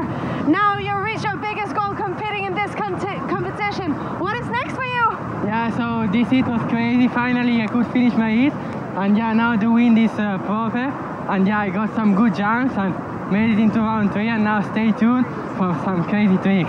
Good luck for the next round. Let's go. See you. Oh, thanks, Therese. They are very stoked. Leonardo Casati, just 16 years of age, seeing his way through to round 3. But back to the start of this heat. Oh, on the buzzer there. It'll be interesting to see if he took off a bit early there, Jeremy Burlando. But it did seem to me like maybe a fraction too soon as far as the noise of the buzzer, but we'll see now if that score comes through. Yeah, there were seconds obviously in that to maybe what their watch is, but I think we're all synced up because some of the things you see in warm-up are unbelievable from these riders when you think, how could you risk doing that right before but so comfortable they are, it's not uncommon. But this looks like Elliot Bouton about to connect. Good connection, not super high. That's a biggie. That is a biggie. Kite stall, doobie board off, straight into the drink there. Looks like he's taking it. He has taken it, and I think competition experience would have paid off there. Seeing how high he was, it was quite evident that he was not going to make that. But again, just let him settle his nerves, get back out there. But he is up against a very experienced and on fire Jeremy Burlando, coming off that win in the Kaldare Hawaii. Also a third place finisher in our 2023 King of the Air. So Jeremy knows what the podium tastes like. 100%, and he has been winning the Cold Hawaii event as well. Currently riding his 9-meter slingshot coat NXT, which has great lift. You see him take off so vertically, and there's so much lift, like second lift, when that loop is done. It catches him perfectly and gives him some extra float on the way down. And yeah, he's also 4 times freestyle world champion. Very, very, very powerful rider. Big hello to you all from around the world, wherever you're watching at home with your friends. We've got lots of people on the beach here, and you should one day, as Elliot Bouton with lots of height this time, with the mega loop delayed. Back roll board off into the second roll, complete second roll at 720 degrees of rotation. In control, that's going to be a nice move for him, because Jabo is yet to open his account. We saw a bit of this yesterday with Andrea Principi, Ruben, just taking his time, not overdoing it. Looks like he's going right foot forwards now. 100%. He can do everything, I think, both ways as well. Very, very good on both tacks, which is yeah, good for the overall impression score, obviously. I have seen him do handle passes as well, which not everybody in the fleet is comfortable doing, especially in competition. So yeah, let's see how high Jeremy Burlando can put his score. Yeah, he probably needs to get somewhere on the board here for his own good feeling, because he's 2 minutes into it. Not the best take. The nerves will be going a little bit here now for Jabo, because he hasn't got an opening move. I can't see Elliot Bouton's move on there yet though, Ruben. Where's that? Why is that not up there? I have no clue, bro. 38 knots, you reckon? 38 knots, boys? Yeah, it's gusting out there for sure. The wind has filled in. Maybe, like Colin said, it's still a little bit southerly, so yeah, it doesn't really fill in properly parallel to the beach. However, it seems like the riders are getting jumps up to 20 meters, so it is sufficient for this heat. They're just getting hung up on the kickers. Yeah, I'll tell you why Bouton's score's not on there yet, because you don't get scored for a caner like that. That was it was a crash, man. It was a crash. Yeah, sorry, it was just such a good crash. I thought maybe they should score it. Your crash there, I will definitely rate your crash from earlier. It's up there. It's going to be very close to one of yours, but whether I've got the variation for the 10 that you've done at King of the Air, then I don't know. Jeremy Burlando. Oh, it looks like he was eyeing up for the kicker. Come on, find that kicker. He's got it. Launches up. Not the most amount of height. Nice. Forced it though. He did. Oh, he read that gust. Wow. Oh, what a landing. He believed he was going to get. That's what these riders do now. They just believe they're going to get that extra lift. The kites give them that. The technology's there. Well, you would have got nailed years ago with that, Ruben. That was pretty special. Wow. So we believe that we'll have a clip now from Elliot Bouton, the debutant, the rookie, making his way in here. Quick replay from him here. Talk us through, Ruben. Hoppa, front roll, so a boogie loop, but another added rotation on the way down. And yeah, not scoring the highest for this move right here. Debutant. That was easy. You said it, Colin. Is he getting booted on by Jeremy Burlando? We will find out in 6 minutes from now, as Elliot Bouton is taking on Jeremy Burlando, and that is not an easy feat. There's no denying it though. Here is the heat which has got the drama right now today, because it's 5 minutes and 40 seconds remain. And look at these scores. This is tricky conditions here at the 2025 Red Bull King of the Air. We've got Jeremy Burlando fresh of winning the Red Bull Cold Hawaii. You know, he is one of the big three, the only rider in the last 19 months to win anything serious in big air kiteboarding. And here he is. Can he show his composure? Great timing of the kicker there. Front rotation, board spin, added front rotation. Nice there with the mega loop. Oh, Ruben, you liked it, dude. That was sweet. Yeah. Bounced. Oh, no, fantastic work there. Oh, Jeremy just showing his experience. Jeremy not competing last year, but after a stellar year before. Elliot needs to respond now. Back rotation. Nice. Timing the kicker, timing the gas, doing 3-4 rotations with that board off and landing it clean. Oh, nice. What a response from the debutant. Yeah. Look, watching after Jeremy Burlando just landed that is really showed some character. He needed to respond to Jeremy's, and he did. He stepped up. And Elliot, listen, make no mistake, has had podium experience this year, finishing third in the qualifier in Italy, up behind Andrea Principi and Charles Brodel. So he's tasted the podium. He's tasted Red Bull podium. He knows what it feels like, and he's going to give it to Jeremy in any which way he can. You see Jeremy heading right foot forward with some nice gust pumping into his kite, edging upwind just to give himself space as he makes his way back to the top of the competition area. Both riders were able to connect with some nice moves already. This is at about 18 meters height. He does 2 forward rotations and a board spin whilst looping that kite. Absolutely incredible performance here from Jeremy Burlando, sticking it clean, putting scores on that board, and that's what it's all about, because you don't want to get knocked out in round number 2.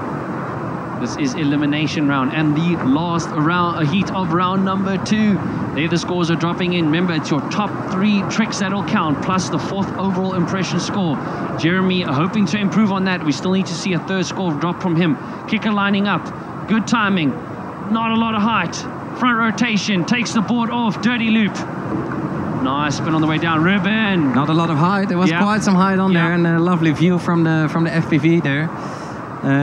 They are wearing the watch, and it was actually his highest jump right there. It was 18.2 meters. Look, maybe from the camera angle, maybe not as, but that was not bad. Not bad. He done well there, Bouton, to get that ball back on, because I thought it was a little low there, so that's not going to score massive. But now with this 3 minutes and 15 seconds left in this, it's starting to show now 3 points in it. Jeremy Burlando is starting to find the gears. I think he's going right foot forwards here now, boys. Look at that spray coming off his board. That body language suggests to me that he's searching for somewhere to take off. Are we going to see him send that kite over his head? That's how we go in the sky, sending it into a dirty loop.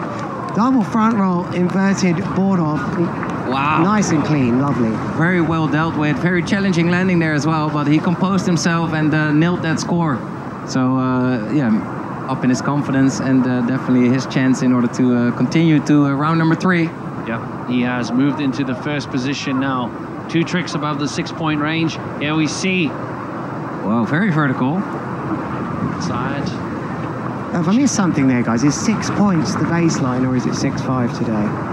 And that's something that's important to communicate to you at home, because the judges set a baseline score. I think it was 6.5 the last days.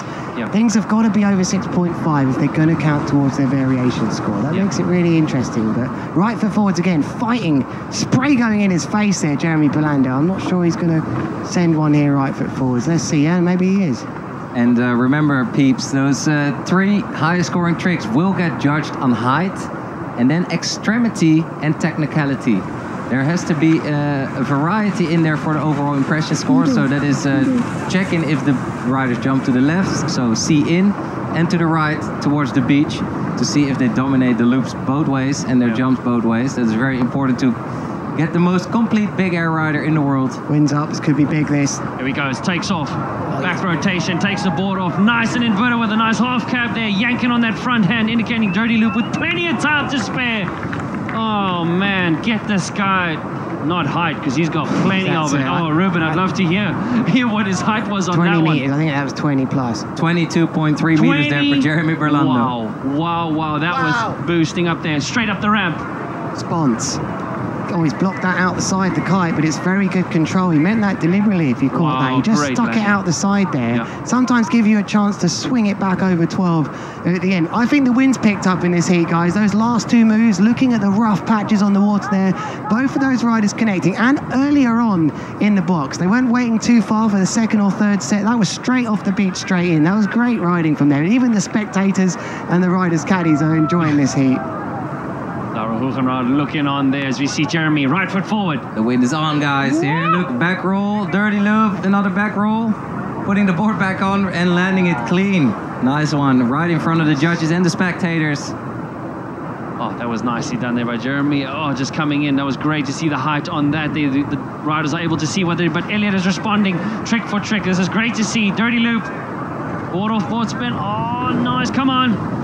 This is nice to see the back-to-back, boys. Really, like blow for blow. Yeah, that's what we're seeing here. Can't, I mean, he might end up bowing out to Jeremy Burlando here, Elliot Bouton, but he's put a brilliant performance up. It's very composed. He's got lots of tricks on the board. That 3.7 probably going to kick off. Was that a rewind? Nope. Oh, wow. Bet your house on it? There goes the buzzer of the last heat of round number 2. Ruben, talk us through these highlights, dude. That was incredible there from Jeremy.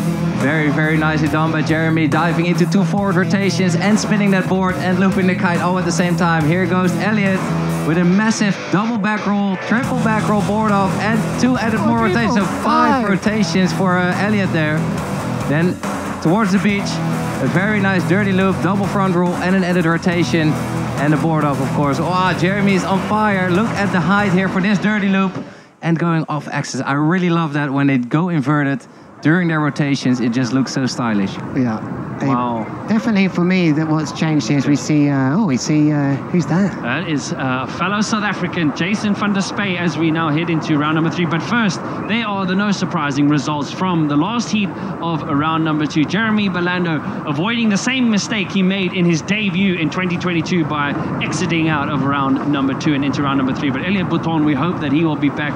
A fantastic effort there from the rookie. He was great. You know, I know some South African, Colin. Do you know how to say hello in South African? I'm sure you do. Yeah, I'll remind you. Yeah, hello, thank you. What's up, my bro? Have a lekker day. Hoe gaan het met jou? Hoe gaan het met jou?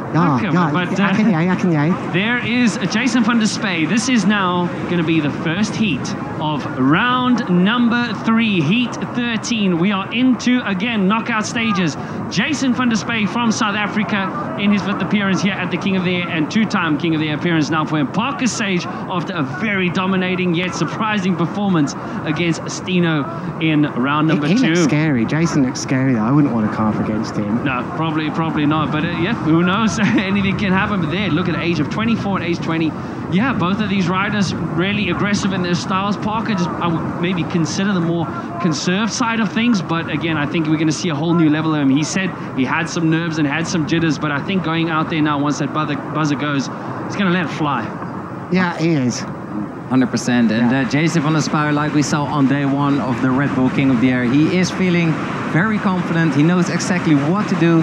He has got all the tricks to the left, to the right, unhooked, with all the kind of loops. Absolutely insane. So super dialed in and yeah, ready for this competition. Also has the handle passes in the bag, just to add to that variety score. 100%. Like we saw him try on day 1. That didn't go according to plan, but he told me that he was going to bust out some more unhooked stuff, which I think will benefit him for sure. I think we've had an interesting discussion also in the booth as with regards to the half cab, you know, whether Jason van der Spey was actually the first one to do so, or was it actually Jesse Richmond back in 2020? Bit of a discussioning happening there, so for you viewers there, please let us know on hashtag Red Bull King of the Air who was the first one to do the half cab or double half cab here at the Red Bull King of the Air. There the buzzer goes. Jason van der Spey heading out to sea, left foot forward. Let's see what he can do. No, he's going to opt out. Experience pain. Guys, a lot of bump, a lot of chop in the water there. Makes it difficult. 100%. Very steep kickers as well. They could just close out on you as you want to hit them. So the timing is crucial, and also catching the gust as you ride up that wave is very, very important. So let's see who can connect with the elements today and continue to the semifinals. If you lose in this round, you get into 7th place, and that's not why any rider came here. They came here to conquer, to win, and to showcase what extreme big air kiteboarding looks like, ladies and gentlemen. And here's Jason van der Spey with a double back roll board off kite loop and a nice steezy seatbelt grab on the way down. Nice, well done there from him. Parker will also be very excited. He was beyond electric day before yesterday as he made it out of round number 2 in a bit of a shock upset against Stino, but he'll be super stoked. They're all the way from Hawaii. The young American in his 2nd King of the Air appearance. Lewis, what have you got for us? Well, I think you might have already said it, but Jason has got to the semis here. 2023, he did actually get to the semi-finals. It was Jabo that done him there. So if he can win this heat again, he'd get back up there. But for sure, I don't think we've ever seen the real best of Jason in competition. He's so amazing when we see all his social media clips and what he's doing. But let's see if he can do it. There's a lot of support. Oh, he's clapping there. That was interesting. Is he thinking about a kite change? There was a signal to the beach. But meanwhile... double forward rotation, dirty loop board off. Paige is sending it to him here. Come on, man. Stick that thing. Parker Sage making a statement there. You can hear the applause all the way from Hawaii for that young man. Oh, that was brilliant stuff there from the American. Jason, judging by the tack, it's quite possible that he saw that and he might be feeling the pressure. This is a very, very interesting heat. Both riders very, very technical. Of course, Jason has got his hometown favor. He's amping up the crowd. He sees something coming. He's spotting the waves, lining up for him out at sea, which he will speed towards, maintain his speed, manage his speed, and then really take off from the perfect kicker. Why did he point to the left there? Was it a sign to the other rider if he thinks he's going to cross paths with him? Maybe, look, I'm going out left. Why would you do that? No, I think he was signaling his fans. I think he was signaling his fans on the video. Well, he turned around, looked to the right-hand side. Parker Sage had actually turned around there, so I think that was a message to the other rider. I think he was signaling to the crowd as well, and he saw something coming, and he just wanted to let the spectators know, look, I'm gonna hit that one. I put my name on that wave. I disagree totally. Well, it'll be good to see. Let us know in the comments on hashtag Red Bull King of the Air. Again, a warm and windy welcome. This is the start of round number 3. Parker Sage turning out trick for trick here, Ruben. Great start by him. Definitely. Looking to put 3 high-scoring tricks on the board, and of course keep that variety flowing throughout the heat in order to impress the judges the most. What happened there, Ruben? Did you think something reversed round there with that rotation? It was a tough one to find. Looked like a dirty loop. On the inside, let's find out. Oh no, this was what Jason went for. Not super high there. I wonder if he's going to land that. That's going to be tricky. But yeah, he's forced that one through. I think the wind may be just starting to change a little bit maybe in this heat. It hasn't been as easy to boost off, but really no one's connected with the kickers. When the wind's a bit like this, the waves are the things that you really need to come in. And the sea going a bit flat has made for a challenging heat right here, Ruben. It is the quarterfinals, as you just said. There's so much on this. You get 4th if you win this one. You're so close to the podium here if you could just get through this heat. And the wind is always changing, ladies and gentlemen. You cannot really see it. I mean, you can see it on the flags, on the sand flying, even on the white caps on the water. These riders are in tune with Mother Nature, and they know exactly how much power they need to generate in order to boost as big as they can. I mean, I have to say, back at my home spot at the beach in Little Hampton, the wind is pretty consistent, doesn't change that much. Little Hampton for little jumps, yeah? Now I know where you got it from. No, I'm down at Big Hampton too, mate. Ooh, playing with the big boys, yeah? Who let you through that gate? Parker's definitely playing with the big boys here as he body drags back up to his board. I think he's far enough out where he won't opt to come back in for it. Yep, there he turns back around. So this is a chance for Jason van der Spey to maybe catch up a little bit of time that's lost as he launches off the kicker. Not back super rotation. Yeah, he taking the board off from the fin, doing that tic-tac whilst doing 2 back rotations. Yeah. But it was just not the height he was trying to get. But you never know, it might form his 3rd trick score here. He'll be happy he landed that. Yeah, he'll be happy about it. There's no Big Hampton, I just didn't know how to reply, all right? It was a good one. I know, mate, I know. It's all Ruben, good. I mean, you jumped over Brighton Pier. You have done enough to prove yourself, and you know exactly what you're talking about. Thanks for being one of the sport's greatest ambassadors, and also bringing this to schools, like bringing the wind information, Mother Nature information, kite surfing information, with lectures and beautiful shows at the schools, Lewis. Thank you for your service. I feel a bit better about my crash now, thanks. On the screens right now, though, is Parker Sage looking very comfortable up against Jason van der Spey here, you know. But Jason van der Spey, I think he has actually had a better ranking coming into this, but Parker Sage is looking good. Yeah, no, he's on fire. He's definitely taken away any jitters that he had leading up to this heat. Spoke to him earlier. And just, he's going to go out there and just send it. And he knows he's got the support locally as well as all the way from Hawaii. Page actually acceded 10th here to Jason van der Spey's 12th. That was a mistake. I'm sorry. No, well, thanks for correcting it, Lewis. I think it's very good information. It just shows you that what you could be seeded with can drastically change overnight. Where they're literally within a heat, and the seeding can change. Jason van der Spey feeling it. Pumping the crowd. There's a great shot of what the judges see right in front of them. There's Jason van der Spey, and there will have their eyes locked on him. Remember, the rider who takes off first. Ooh! There's going to be a lot going through his mind right here now, Colin. He's in at the end of the day. He's so close to the semis again, as putting on more pressure, it looks like, is Parker Sage. Ruben, what did you see there? That was a doobie loop board off, a move invented by you, actually, without the board off. I was going to say, 2 forward rotations and taking that board off whilst looping that kite as low as possible. That's what he does. Also, check out Jason van der Spey on Instagram for some super loops. This is when he takes out just 10 meter lines, or actually 9.7 meter lines, and just absolutely sends that kite super below him. It's mind-blowing to watch, so definitely check that out. I tell you need something super here though, Ruben. 3 minutes 30 seconds left. Colin, are you worried about this for the South African? Not at the moment, but it's too soon to tell as we see Parker. Wow. You are now. I think I am now, because that camera zoomed significantly higher over Table Mountain than what it has with previous tricks, and Parker knows it. That's Jason, oh though. Man, set him a table on top of Table Mountain, because he's going to eat there next time. Right, but I think Jason's got to come right foot. Yeah. Maybe. He's going to unhook for the variety score. You reckon? Is it coming? He's too scared to unhook. He needs more scores on the board before he will do that, but he is hungry. No. Not connect. It's not there on the inside. Double back roll, board off with a dirty loop, but a little bit too small. He's in trouble. I tell you what's going through his mind. I know he's probably thinking, how can this be happening? The wind's a bit gusty. I wanted it windy. He's got to block all that out and smash this kicker. Yeah. No, exactly. As you got just over 2.5 minutes left. Oh, Jason really? van der Spey, like you said, has made it to the semis before. Didn't line up for him. It would be another thing in his mind. He's got time to recover, but has he only got one trick score on there for now? Is that right? I have confirmed with the director. We'll see now, and it looks like it is. So let's check. We will keep you updated as the tech keep going with us. Yeah, it looks like there is a bit of a glitch with the scores.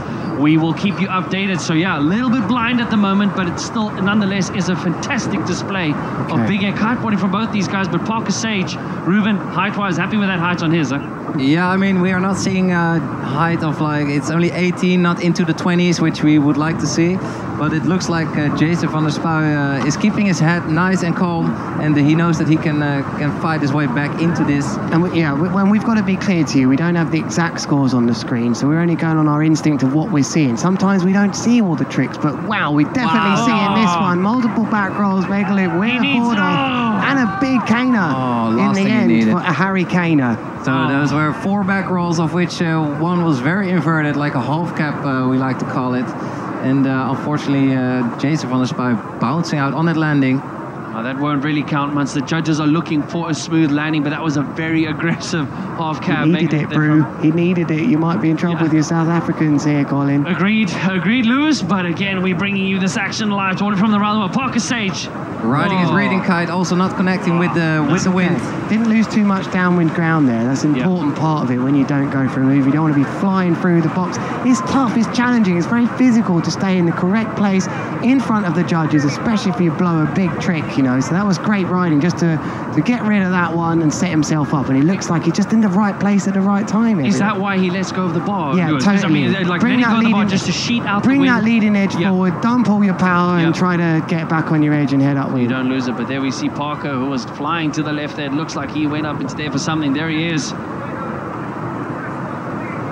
Nicely landed by him, just keeping the variety going. Again, reminder that for variety, it has to be... Oh, Jason van der Spey! He needs it. Mega loop tornado, board off. Come on, man, stick that thing. Oh, he does! Holding it together there. 4 backward rotations with a board off and a kite loop. So that was something that might save Jason van der Spey. He's going to have to come straight back, Ruben. I think if he's smart here, he comes right and sends something in the next 6, 7 seconds. He'll know this. This is big!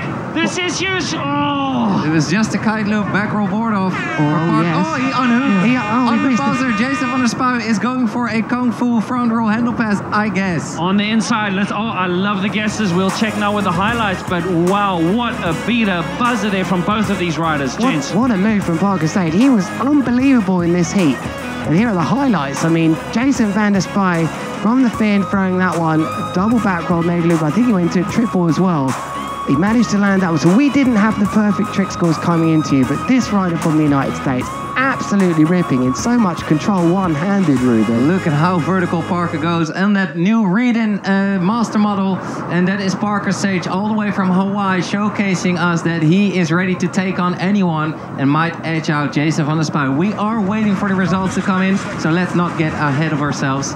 And I think is that right? You know, things have changed. I'm gonna hold out until I see what happens here for the results of this heat. But gents, what a heat there between the South African and the man from USA. That was extreme. I mean, we can see a bit of the back end scores here, but until they're official, we can't give it to you. And I can tell you the variation score is kicking in big time here, which will affect things. But wow, what an amazing heat. Where are we? 6:38. Time for some results, Lewis. All right, here from the heat. Will Parker Sage make it? He did edge out Jason van der Spey. He had a really solid heat.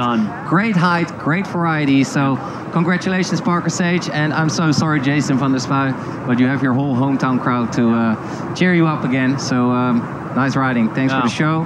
No, that was incredible. First time round 3 exit for Jason van der Spey. But Parker Sage, after an upset in round number 2, sees himself through. Not only did he just finish his first round 3 to his first semi-final. Yeah. What a performance there from the man from Hawaii. Brilliant stuff. First to semi-final, and he will be rewarded with that effort to go up against Shahar or the winner of the heat with Lorenzo Casati. So he might have to deal with one of them two. You'd imagine it might be Lorenzo, but Shahar, you never know what he could come out. You just never know. Incredible already. Upset after upset, but there we see Therese with Parker Sage.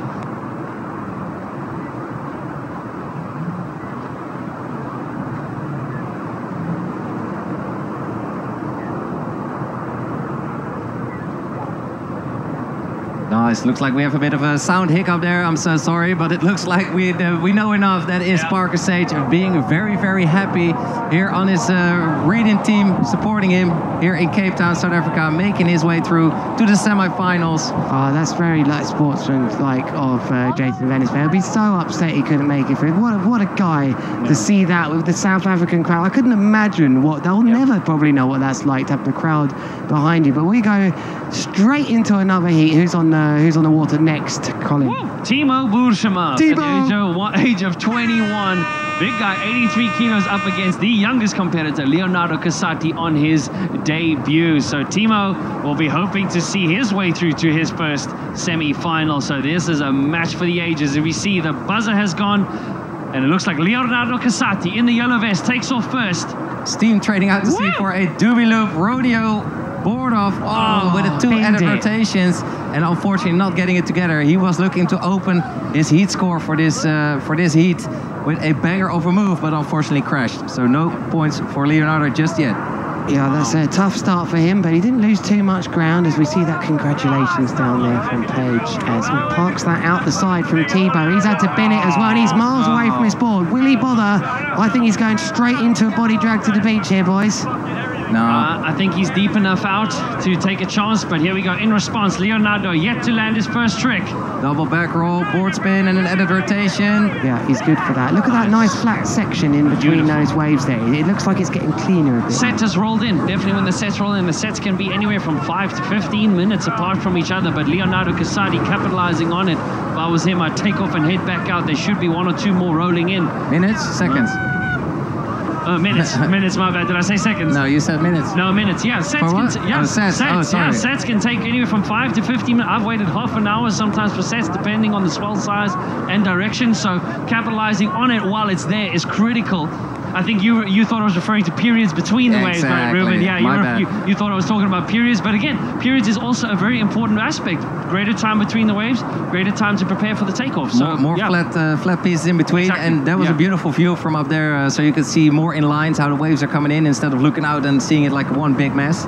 And this is incredible dirty loop with 4 rotations and a board off. I think even 5 rotations here for Leonardo Casati. Just absolutely putting his mark on this heat. He's taking it to him as we're following on board the FPV behind Timo Boershema, who knows how to get to a semi, by the way. Lords of Tram, he got to the semi, and he's worked this one. Not super aggressive timing of that, but it's a dirty loop with multiple front rotations. Was there a board off in there as well, Ruben? Did he just decide not to? But I just want to point something out here. On the beach, Parker Sage, all his pals, congratulate him, well done. Do you know, if I was around him and I was his caddy now, I'd slap him around the face and say, you're in a semi-final here. This is your big chance to get to a final. You might not ever get that podium chance again. You can do it, you know. Let's think about it. Let's focus on that. Get ready for the next round. But Timo, having been knocked out in round 3 last year by Mark Jacobs. Timo also known for his very vertical takeoffs, not going so high on this one, but doing his signature Steno move, actually. Double forward rotation with a board off from the fin whilst looping that kite. But he wasn't going as big and gnarly as we are used to from him. Oh, but a 7.97 lead so far there from the young Leonardo Casati, a first king of the appearance for him at just 16 years of age. See him heading out. Good timing off the kicker. Into the sunlight. Inverted front rotation with multiple board spins and canning it there at the bottom. Unfortunately, not getting his board on time to put another score on the board. The lift just wasn't there for him, so he's going to have to really... This would be a real test of his character here, Leo. We see him land absolutely everything out of competition, but here he is with his chance to get through to the semi-finals. A lot, you know, it's a lot for a young man. How old is Leo? 15, 16? 16. They take it very professional. This family lives and breathes kiteboarding all around. They also do different disciplines. They also ride the hydrofoil, and they're very, very good at it, winning championships and everything. True water men. Yes, and you can also see they're one of the most professional riders out there. They're actually wearing some communication, so they get really updated by their caddies on what to do next. Here's the rodeo, the double forward rodeo, and added rotation, and just puts on the board on time. That was less than a meter there to get that board back up on his feet. Oh, showing great experience, James, at just 16 years of age. The crashes aren't bothering him. No. It looks like he already spent 16 years on the water, like consecutively. Quality over quantity here we are seeing from the young Italian. Mega loop straight out the womb.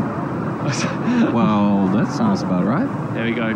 Timo Quick shot of him there. He'll be making his way a little bit back upwind. They are the scores on the top left-hand side of your screen. It's the top 3 tricks that add to your total, plus the 4th overall impression score. Double Timo back needs roll, this. triple back roll. Triple back roll, board off from the fin, and liked then it. he's very happy He liked with that. it. The only thing now, Claimed it. I mean, we've got 5 minutes left. We're nearly halfway into this. The only thing I'm thinking here is he's done a lot of backhand loops, left foot forward, says Timo. So we're going to have to start seeing him working the other direction or other moves. But this is a great heat so far. I have to say, Timo, he's won his first heat this year. He's got through to the quarters. He's done the same last year as well, by the way. He's used to being here, and he's, you know, that will give him some good confidence that he is one of those riders that to get through that first heat in first when you've got 2 other riders. That's a lot. I mean, confidence, you can get all the confidence in the world, but if you're riding against someone with the last name Casati, you know you're in trouble and that you have to bring your A game. He looked quite confident. You too, mate. Happy there. We see Leonardo Casati. Close scores, but it does feel like he just has the upper hand. Look at that gust coming through. Look at the gust blowing over the water as he spots the kicker. Up he goes. Great timing here. Double back roll, board off with a dirty loop, triple back roll. Oh, nice. Oh, what a Sticking take. it. What a take. They liked it. Look at that head bop. Yeah. And that will count towards his variety score, towards the overall impression score, because he was looping with his front hand, the dirty loop. Tell me about the overall impression score, Ruben. What is that for the people just joining us, perhaps? Nah, don't worry. It's just a confusing score added at the end of each heat. No, it is difficult to explain, but it is needed. So the judges are really looking for the most complete big air rider in the world. And for that, we have the overall impression score. So that they need to jump both ways, to the left, to the right. So jumping towards the beach, jumping towards the sea, but also looping with your backhand, which is a normal mega loop, and looping with the front hand, which is called a dirty loop. Okay. And then you can throw in back rolls, back rotations, or forward rotations in there. And that's something the judges really take into account. And like you said, Colin, also the handle passes. Unhooking from your harness, taking the full power of the wind and the kite onto your bare arms and then doing handle passes. That's something that the judges really love to see. So in essence, you're saying we're looking for the most complete big air rider. I want to see forwards, backwards, in, out, left foot forward, right foot forward, front loop, you know, in terms of the boogie loop, and then your mega loop. Just, again, continuing the variation of direction. I think direction just seems to be the word that stands out to me here. It's always been like that at King of the Air, you know, like some of the other events are just one trick, you know, which suits that style and format. But King of the Air has always been about pushing the sport and showcasing all that's available in the sport. Now, the real key thing for you to remember here is that position you see in the top left-hand corner, we'll get on that in a minute, as we see a back roll delayed loop with board off, so he's going to crash that, unfortunately for Leo. But the scores you see in the top left-hand corner, the first and second, may change at the end when the extra score comes in. That's the main thing. Yeah. Timo is doing quite well if he also adds some variety coming into the beach. Here, double forward, triple forward, but triple forward. These guys are just rotating 4 times in one jump whilst looping that kite and taking their board off. Is absolutely impressive. Oh, that was incredible there from Timo Boersma. Covered what looked like a lot of horizontal distance as per from the drone footage. So he needs that power again. Yeah, no, James, just to emphasize again, 3 top tricks. They can be the exact same tricks as well, by the way. All 3 can score very well. But here's a quick replay from that one from Timo. Great camera angle this time. Ruben. Double forward, so doobie loop, board off, and 2 added rotations on the way down whilst controlling his kite for the landing. Well done by Timo Boersma, really giving it to Leonardo Casati, who is still in the lead in this heat. If you're not looking at the overall impression score just yet, that will be added at the end of each heat. So I think Timo needs to add some variety to his tricks. We see him mainly jumping, going out to sea. And here he goes, very vertical again. Kite loop, board off from the fin. That's not really gonna score good. It will add to his variety score, I think, but because it was just a straight loop, no rotations. But you need to bring some better tricks to Leo Casati in order to kick him out of this competition. So that's going to be very hard. Leonardo Casati jumping towards the inside with a triple forward rotation and a kite loop. Unfortunately crashing, so no points for that. Yeah, 1 minute left of this heat. We've just taken a deep dive into the results online, me and Colin there. There's a 6.44 scoring at the moment for Leo Casati. It's not quite 6.5, which would have given him an extra point in the variation. And I wonder if that is gonna come back to get him at the end here, because this is very close. It's very possible. We have seen these scores flip on their heads with the overall impression score. Oh, come on, on, Leo.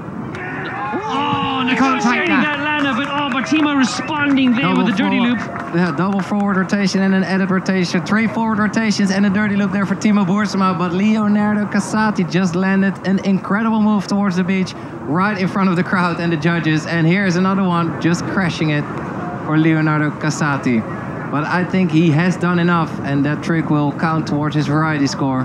Not his last one, his second last one.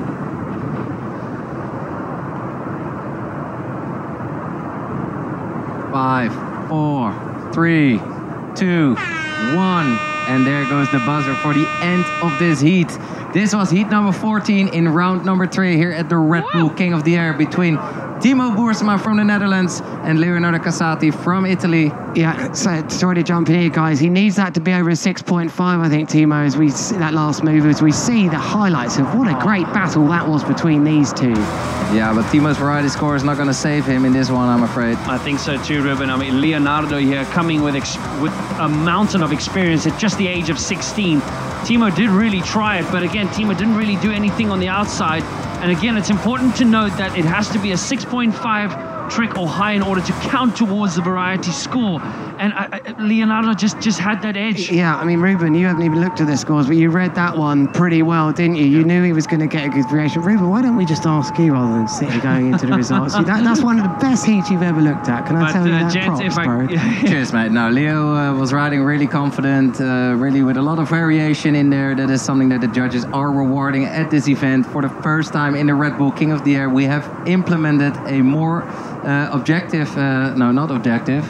I think, yeah, objective. Yeah, that's the correct word. Yeah, objective way of the overall impression score, putting the overall impression score back into the power of the riders and not just purely subject to a judge's decision. So that is exciting. But gents, Leonardo Casati at just the age of 16 makes his way through to the semi-finals. Yeah, and we remind you, he will avoid his brother. He will avoid the champion, Andrea Principi. He will avoid Jeremy Belando. The big three that we talk about, he'll avoid all of them. What a route through, and will he power his way into the top 5 big names in the sport? I think so. Well, he's in the semi-finals now, and he's got a bag full of tricks ready to show us what he's got. So we will continue in round 3 with heat 15 with his brother, Leonardo's brother, Lorenzo Casati, our 2022 Red Bull King of the Air champion. After him, it was Andrea Principi reigning. So he is hungry for that podium, and he showed us on day 1 that he is a top contender, ready, hungry to be king again. Taking on Shahar Sabari, our Grom. Yeah, really amazing riding. Up for it. Remember, he knocked out Josh Gillett in the second round there, you know, so he's no mug. Super technical, super stylish. So this is definitely going to be a heat to watch. And let's quickly take a look at the style comparison between these two riders. And you you see who is the underdog here. That is not Lorenzo Casati. Lorenzo Casati has got his marks up. And Lorenzo obviously qualifying because of his podium finish result from last year. As you can see, dominating the stats on every aspect of height, power, variety, technicality, and risk factor, Lewis. Yeah, Lorenzo, of course, you know, we have to remind you, he isn't the reigning champion here, but he's had one belter of a year. He's looking to complete the trilogy. He's had the better results of any rider this year. He's the dominant one.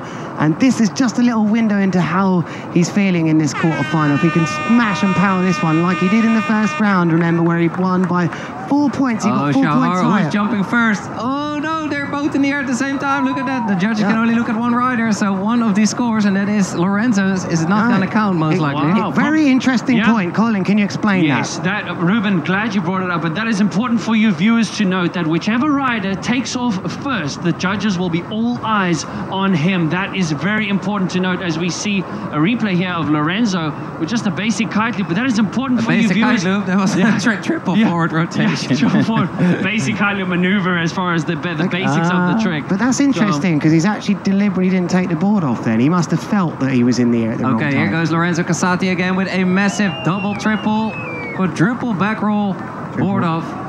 Triple for me there. Tornado, I'll take it. Tornado on the way down there by Lorenzo. That was incredible there from Lorenzo Casati. Oh, but again, important for you to remember that whoever takes off first, the judges will have their eyes on that rider. Yeah, So what a shot that was to show us. Big time. Clearly there. I wonder if Sahar saw him about to take off the wave and just thought, I'm going to send this. Gee, we never see that tactic. What a wonderful thing for you to have seen on the screen there. And I think that's why Lorenzo didn't maybe take the board off. He found a way to sneak in there. Shahar Sabari was like, if I'm in the air first, the judges will score me, and then Lorenzo's move won't be scored. So why weren't we doing that? Be a bit of mind games, yeah, as we see Shahar taking off there.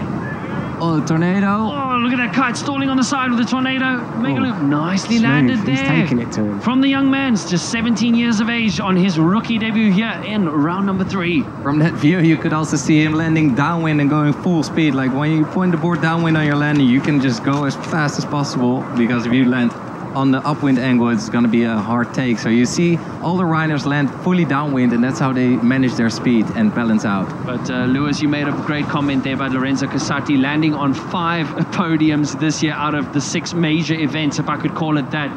So he has got a lot of podium experience behind him. Connecting here with a double forward dirty loop.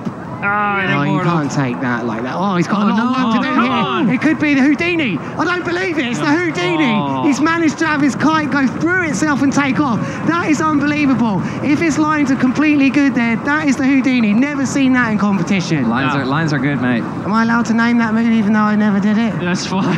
Take it. Houdini. This is the 2025 Red Bull King of the Air, bringing you not just big air action, but insane action, unexpected ways in which these guys recover out of tough situations like that. Will he swap his kite? I mean, that kite for sure had to have gone through itself maybe there. No, it didn't. You don't think so? No. Take a quick Trudini. It's a Trudini. Take a close look at his lines. It does look like there's Here slack goes on his back Shahar. lines. Shahar just with a straight kite loop board off and a back rotation. I'm not sure Lorenzo's going slowly. Is he giving time for the caddies to do something?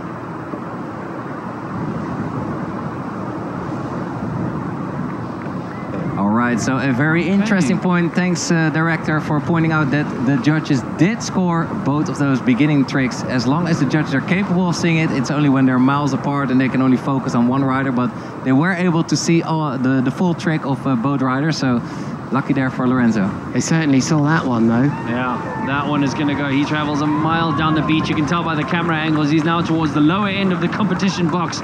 Lorenzo Casati looking at his watch, seeing how much time. Just under 6.5 minutes remaining here in the Heat 15, round 3. It's been a good heat there. I was sure that they had to judge the one they saw. Who makes these? Yeah. Going in the bin, that one.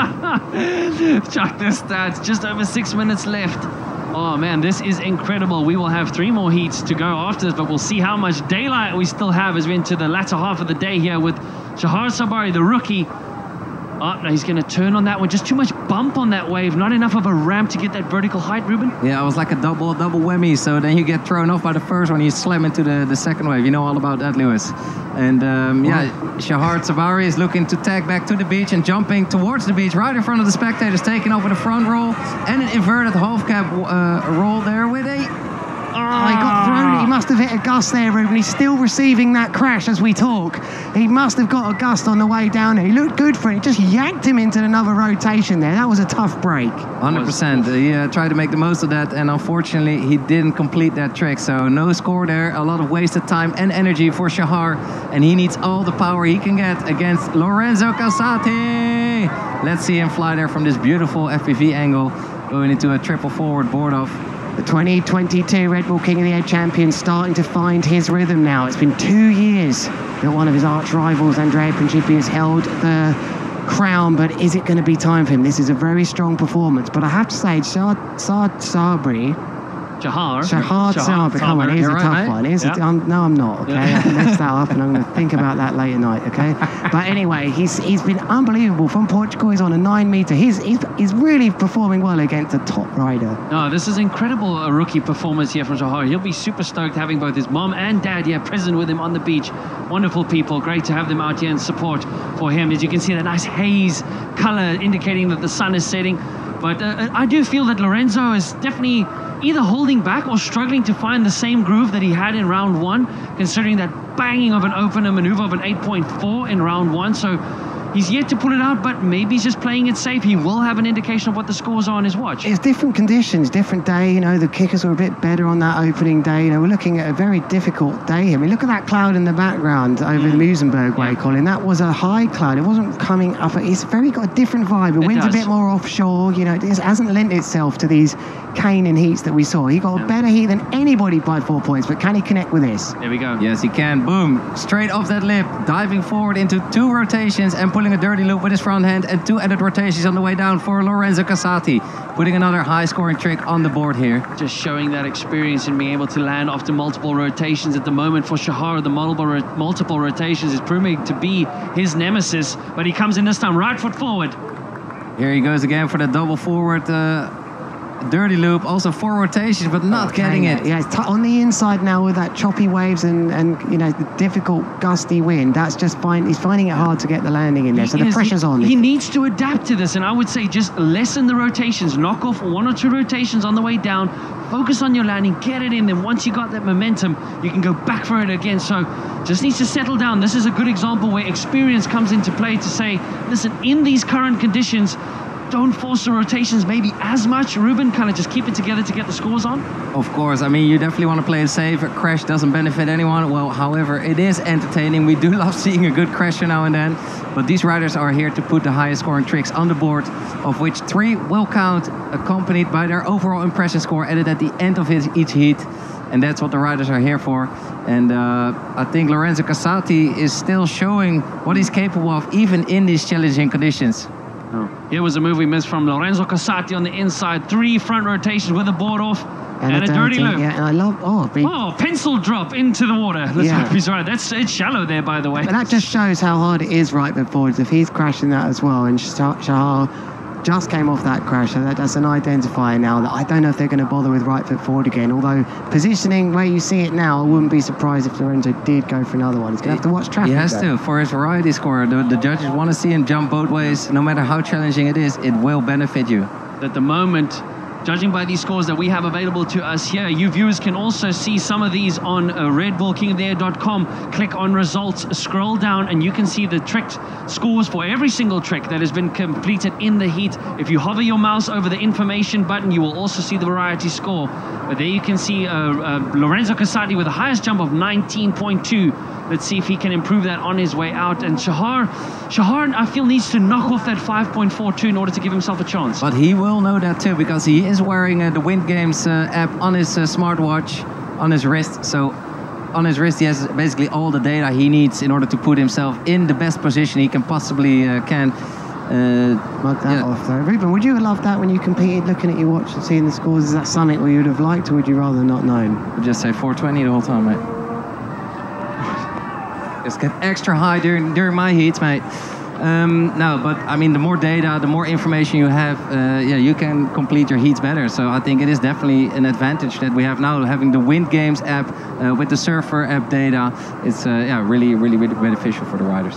They all love it. See Lorenzo Casati with the sun behind him, finds a kicker. He yanks his kite up, gets good vertical height on it. Inverted front rotation, board off, added front rotation. Back rotation. Oh, back rotation on the way down. Thanks, Ruben. That was all the way back. All the way back. Sweet. All backs, mate. Oh, that was sweet. You got my back. I got your back, buddy. No, this is a forward rotation here. Oh, what? No, he went for it. What? He left it. No. Oh. That's what we're talking about. These new generation kids, they are getting so creative with all their tricks. They are even flicking their boards like boomerangs into the sky and catching it again. It's absolutely mind-blowing. Let's take a quick look at what Shahar was trying to do here. Oh, that was absolutely incredible. He needed to land that. It was going to be the end of that heat, and I think Lorenzo Casati had all the other angles covered there with variation, higher jumping. It was a great performance from Shahar, but God, that was exciting, that one, wasn't it? It was. What was that? What? No, that was an absolute buzzer. Whoa. What came dropping from the sky there in the water? Okay, here's some highlights from this heat between Shahar Tsabari and Lorenzo Casati. Here he went in a tornado, 4 back rolls and a board off whilst looping that kite. And here goes Lorenzo Casati with his signature triple forward with a board off and a mega loop. Here, taking off with a back roll, inverted back roll. and a dirty loop, pulling the loop with his front hand. It's called a dirty loop. Very, very well done. Stomped. Ruben, it could only have been Danny Seals. Sealing Seal. That was I'm going Seal. What do you think that was? Did you see that crazy splash there? Possible. I mean, he's been with us since day one of the waiting period. So and what is going on with the seals these days, guys? They've got some rabies. Well, there is a bit of a biting spree going around, so please stay safe as you're on the beach. But there are no surprising result with Lorenzo Casati seeing himself through again to a 4th consecutive semi-final here at the 2025 Red Bull King of Air. Shahar, great effort there by him, by the rookie. Iconically there, you can see Shahar boasting the highest trick score of the heat, a 7.44, higher than Lorenzo's 7.34. But Lorenzo's overall impressions, look at that, 6.35 compared to 3.49. Again, it's about crowning the most complete rider. More high quality variation in his moves, and the high quality, more over 6.5s. You're not seeing the full picture of those ones on that screen, but yeah, deserved winner, and he's looking good. Remember, he's trying to get the trilogy, but we now move on to... banger. Koen van Dijk, tell me about him, Ruben. Koen van Dijk, my brother, also a fellow Dutchie, loves coming to Cape Town, and yeah, he is no stranger to competition. He is a Red Bull athlete, and he knows how to throw down. That's why we call him Big C. Always riding with a lot of power, a lot of technicality, and yeah, he's taking on Jeremy Berlando. So this is definitely going to be a crazy heat to watch. Yeah, J-Bo, you know, fresh from winning the Red Bull Cold Hawaii, the only rider to win anything other than the other two for the last 19 months here. 2024 Big Air World Champion, but he wasn't here last year, Jeremy Berlando, and that's why his seeding was a bit off. You know, we have to remind you, Koen van Dijk was seeded 6th here, but if you look, where did he go? Where did J-Bo came in at 13th? So he was always going to have an interesting route through, but this is going to be a cracker. It does, and the riders have been talking about other events throughout the year, how the seeding does play a big part. At the end of the day, though, the best rider is the best rider on the day, and that's what it's all about. And there's a great shot of Lorenzo Casati, who looks like he's firm on his way to his 4th podium finish. There's his radio pack. That's not the most streamlined that I've seen, but that's obviously the best around technology-wise. But that is Caddy on the beat telling him the situation. That's really interesting. And there we go. This is a kickoff for Heat 16 in round number 3. Both guys hungry to make it through to the semifinals. Here Koen van Dijk stomping his first score on the trick. Can he land it? Yes, he can. Oh, no. And Jeremy Berlando responding with some great horizontal travel distance there. Yeah, that look, I mean, we didn't get the start of Jeremy Berlando's move, but both of these opened up brilliant. Koen van Dijk really connected with that wave as good as he could. It wasn't exactly the perfect breaker, but his kite really helped him with that vertical lift there. That north kite was a great bit of equipment there that has helped him to go up in the sky. But both of these riders qualifying for this year's event by other events and results at other events, but a quick replay. Slamming through that kicker there is Jeremy Berlando, not getting in the height he wanted because he got hung up on that lip a little bit, but still landing this clean for a score on the board. He wasn't getting as high as Koen, who was jumping up to 20 meters high. And here Koen goes with a double forward, a double loop board off, and an edit rotation. Oh, that was really nice there from Kohan. J-Bo on the slingshot, Ruben, a brand that you're familiar with. 100%. Yeah. I started out on Slingshot. They've been a great supporter for my first 10 years in my career, and forever grateful for that, riding the Slingshot fuel back in the days. Yeah, we were on the same team. Can you believe that? Is that even possible? Can't remember, mate. Just J-Bo hitting in right foot forward. Oh no, great to see both these riders. As said before, both of them punching their ticket to this year's event. Kohan doing it by finishing in 2nd place at the Red Bull qualifier in Tarifa. Jeremy Berlando, obviously Lewis, as you said, winning that incredible event at the Cold Hair Hawaii, and of course guaranteeing them a spot in this year's event. We went to Langebaan, we drove around together. I was fresh on the team. I was in your car. It was like the best days of my life. I know it was only a year, but what do you mean? Tell me you remember. I remember you riding the Slingshot fields and jumping the Brighton Pier on it, Lewis. I will never forget. Good. Well, at least you remember something these days. Koen van Dijk, they're wanting to go for that trick. Living in the moment, mate. Wanting to go for that trick, but just not getting it in there. He went up for that vertical jump. No, nothing on it. Oh, but before we continue with this action, Therese is on the beach with the winner of the last heat, Lorenzo Casati. Therese, take it away. Lorenzo,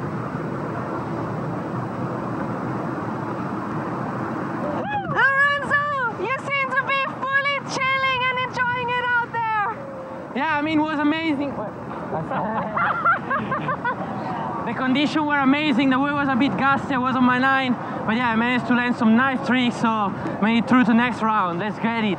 What do you think? Is it going to be a Casati brother final? I mean, why not? I just know before my heat that my brother made it too as well to the semi. So I was like, I need to get this 100%. Then we have the chance. Whoa, there Cohen stomping a nice quadruple front roll dirty loop. He's stoked on that right in front of the judges and the spectators.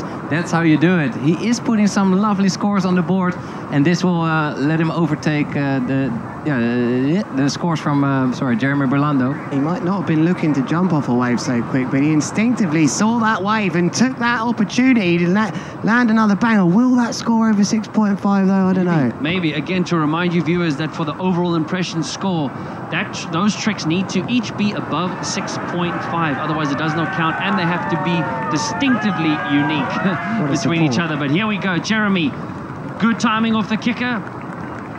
Two front rotations, board off, dirty loop.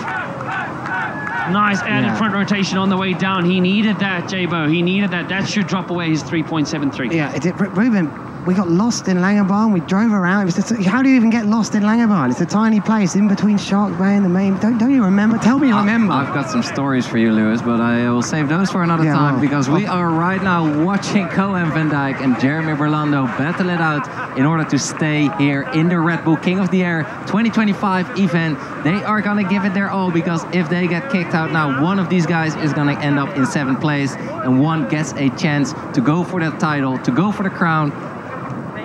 And who will it be, Lewis? Who would you put your money on? Are we allowed to bet? I mean, 10 quid, mate. Come on, you got it. I wasn't on the team for long, all right? I was on it. It was less than a year, all right? Maybe you could forget. But what I do remember is that brand having such, and still do have such a cool, aggressive marketing. It was you on there that inspired me to ride that brand, and I got a lot of time for them as well. Big ups to Sam Light in the UK, who's been repping for them a long time. And here on your screens is Jeremy Berlando. What was your question to me? I was still just coming to terms that you forgot those. Who would you put your 10 quid on, mate? For this heat? For this heat? Oh, it'd be hard to imagine anyone else. Jabo maybe coming through, but you know, he wasn't here last year. Cohen was. I don't want to look at this. How can you do that to me with 0.18 in it between these two with 4 minutes and 50 seconds? Who do I think is going to deal with this? Here Cohen van Dijk riding his North Orbit kite with beautiful Red Bull branding. He has been sending it in. He didn't mean that. He didn't mean that. I think he got hung out into a back roll then. That went low. But meanwhile, he did mean this dirty loop and a nice grab as well in this one. It looked like a tail grab at the end of that from Jeremy Berlando. So he's seized the opportunity. But for me, Van Dijk, that kite went low. That kite went low. And I mean, look at the scores here, gents. Only 0.18 separating these riders with less than 4.5 minutes left in this round 3 heat number 16. But that score should change a little bit after Jeremy's move out at the back. But a little bit of lulls in some of the gusts on the front. Looks like a few winds a little bit more patchy. 100%. It's hard to really find it, and to ride as powerful as these gents are always hoping for. So yeah, it is a bit of a puzzle, but here we see Jeremy Berlando and Cohen van Dijk both riding towards the beach.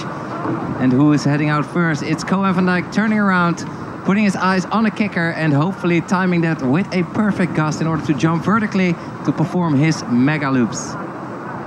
There he goes, connecting with this kicker. He does a mega loop, board off, and he actually flung the board between his legs. Yeah, that was really nice. Well spotted. I'd love to see a close-up of that. Looks like it was sprinting on a treadmill up there. Almost a bit like Nick Jacobsen when he moves that foot out and goes over. Was it the whole board? Oh, that was really interesting. I did a Wappo back in 2004. A Wappo is the handle pads between the legs. He does it with the board instead of the handle.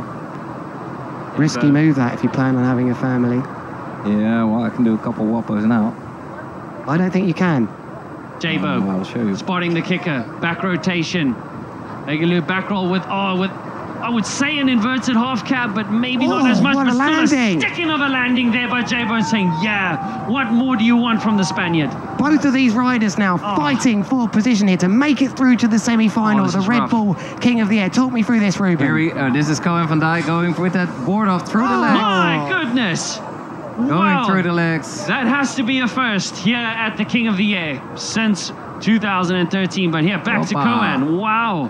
Right foot forwards then with a kite loop Bordov on the inside. It's not going to really get high enough scores to count in his variation category. And it's very tricky on the inside because you just land into the waves again. So it is a bit of risk jumping towards the inside. You can have some lulls in the wind and landing in the waves. So it's not ideal to waste your energy in that. However, for the variety score, they want to jump both ways. Now Koen is hunting kickers going out to sea. The sun is going low, so it is very hard to look into the sun as well. It is challenging conditions right now. These riders are spending hours on end training in all kinds of conditions all over the world in order to become the most complete big air riders. So welcome so much to the Red Bull King of the Air 2025. This is already day 2.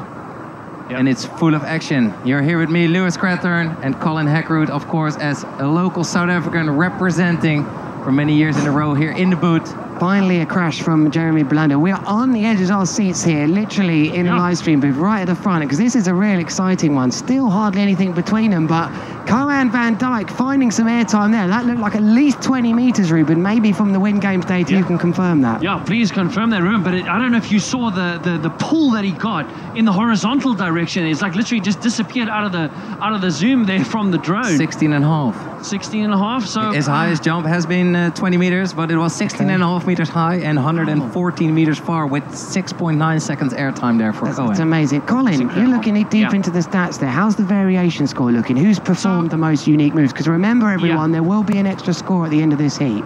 So at the moment, if you look, and again, you viewers from around the world, you can go onto redbullkingoftheair.com, click on results, scroll down, and you can see the scores from every single trick performed, as well as a comment that tells you whether it's a unique trick or not. So at the moment, Koen van Dijk has 4 unique tricks above the 6.5 range, and Jeremy Belando has 3. And that's exactly what they would have just been passing on to... Is that Jeremy Belando there saying, you got to go big here. And you got to do something different. Oh, this is good. Wow, look at that. He had to bend it. He's bent it. And then Koen, what's he going to do? He's got 20 seconds left in order to his name. Let's see if Koen can maybe unhook or do something for that overall impression score, because that will really help him through. Jabo Bin that early took a whack there, I think, as well. And interesting for me, these riders have got such good intuition. Yes, Is it a double? No, was it a double? Was it a double? He dealt with it. He unhooked. Are you sure it wasn't a double? No, it was not a double. It was a Kung Fu pass. He played it safe. He didn't do a double there, but he did land it blind. So this is definitely going to get Koen van Dijk the variety score that he needs. Look at these highlights here. Going into that double back roll, triple back roll with a board spin. Absolutely incredible performance from both of these gentlemen. That was not the best takeoff to get the vertical height, but Jeremy completing his rotations and his board spin in order to come for a clean landing. Koen van Dijk here with that signature board off through the legs. Yeah, he really started to get into the groove during the end of this heat. Jeremy Belando really had to come back hard, and he was in this heat right to the end. We'd love to see that last move. I'm not sure how high. I'm interested how much they scored. 4.66 they scored the unhooked handle pass to blind. So Ruben, was there any point in doing that?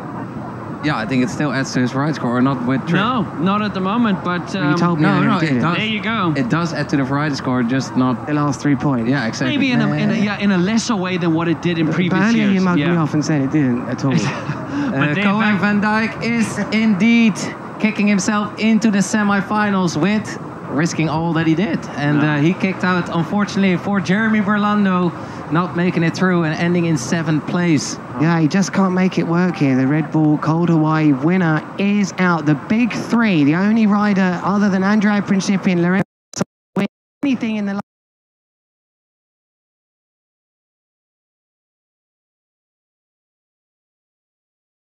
place in the semi-finals. That is really interesting, and he will go up against Tippy, but on the screens right now, Colin. Giel Vlucht, the Viking, age of 30, the oldest rider, the 2025 King of the desperately hoping to break the curse of round 3 up against Luca Cerruti. But here is a nice style comparison, Ruben, between these two riders. 100%. You see Double G, Giel Vlucht, the inventor of the double mega loop, has got a lot of height, a lot of power.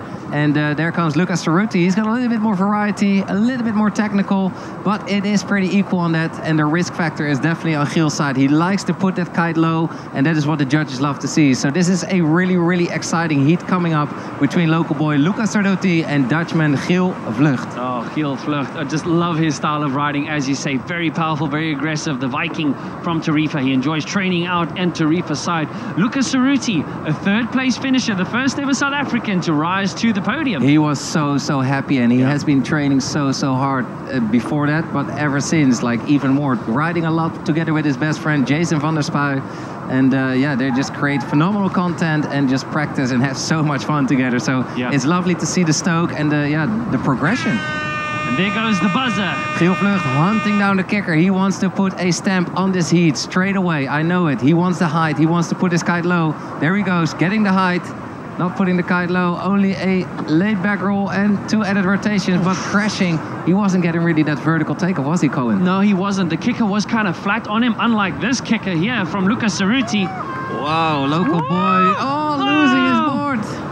No, he needed to hang on to that. That's not what he envisioned. That's not what he had been training in the gym. Yeah, exactly. As we saw him in the training video, very focused, very determined. But our last South African standing is going to have to recover confidently after that in order to have any chance of seeing it through against a very tough competitor. Giel Vlucht heading out to sea. As you can see, the sun's still setting. Ruben taking off. Oh no, he's not. No, he will opt out of that one, not getting the height. Giel, of the bigger riders, making a difference. Giel is the oldest rider in the fleet, and also a little bit of the heavier riders, and he likes a lot of wind. I mean, we all do, but Giel especially shines when the conditions are nuclear, and that's not happening right now. So it is definitely challenging for him. And Luca Cerruti, very technical rider, and yeah, of course, this is his home spot. So he knows it. He knows the spot better than most. Really been training a lot, training hard, spending a lot of time, also a lot of content online. But as the drone follows Giel Vlucht, I doubt he's going to do anything out as the ocean gets very bumpy once you get behind the sets. Yep, and there goes Giel turning in, right foot forward.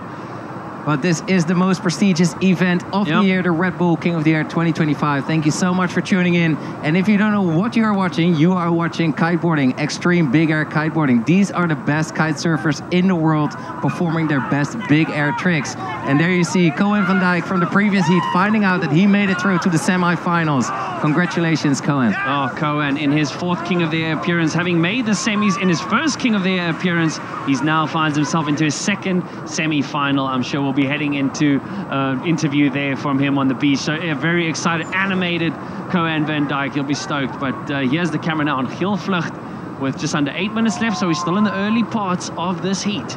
And having an amazing time at it too. Yeah, the 2025 Red Bull King of the Air coming to you live from the beautiful city of Cape Town, South Africa, with fellow South African Luca Cerruti, showing you viewers online what big air kiteboarding is all about. But plenty of action still in stall.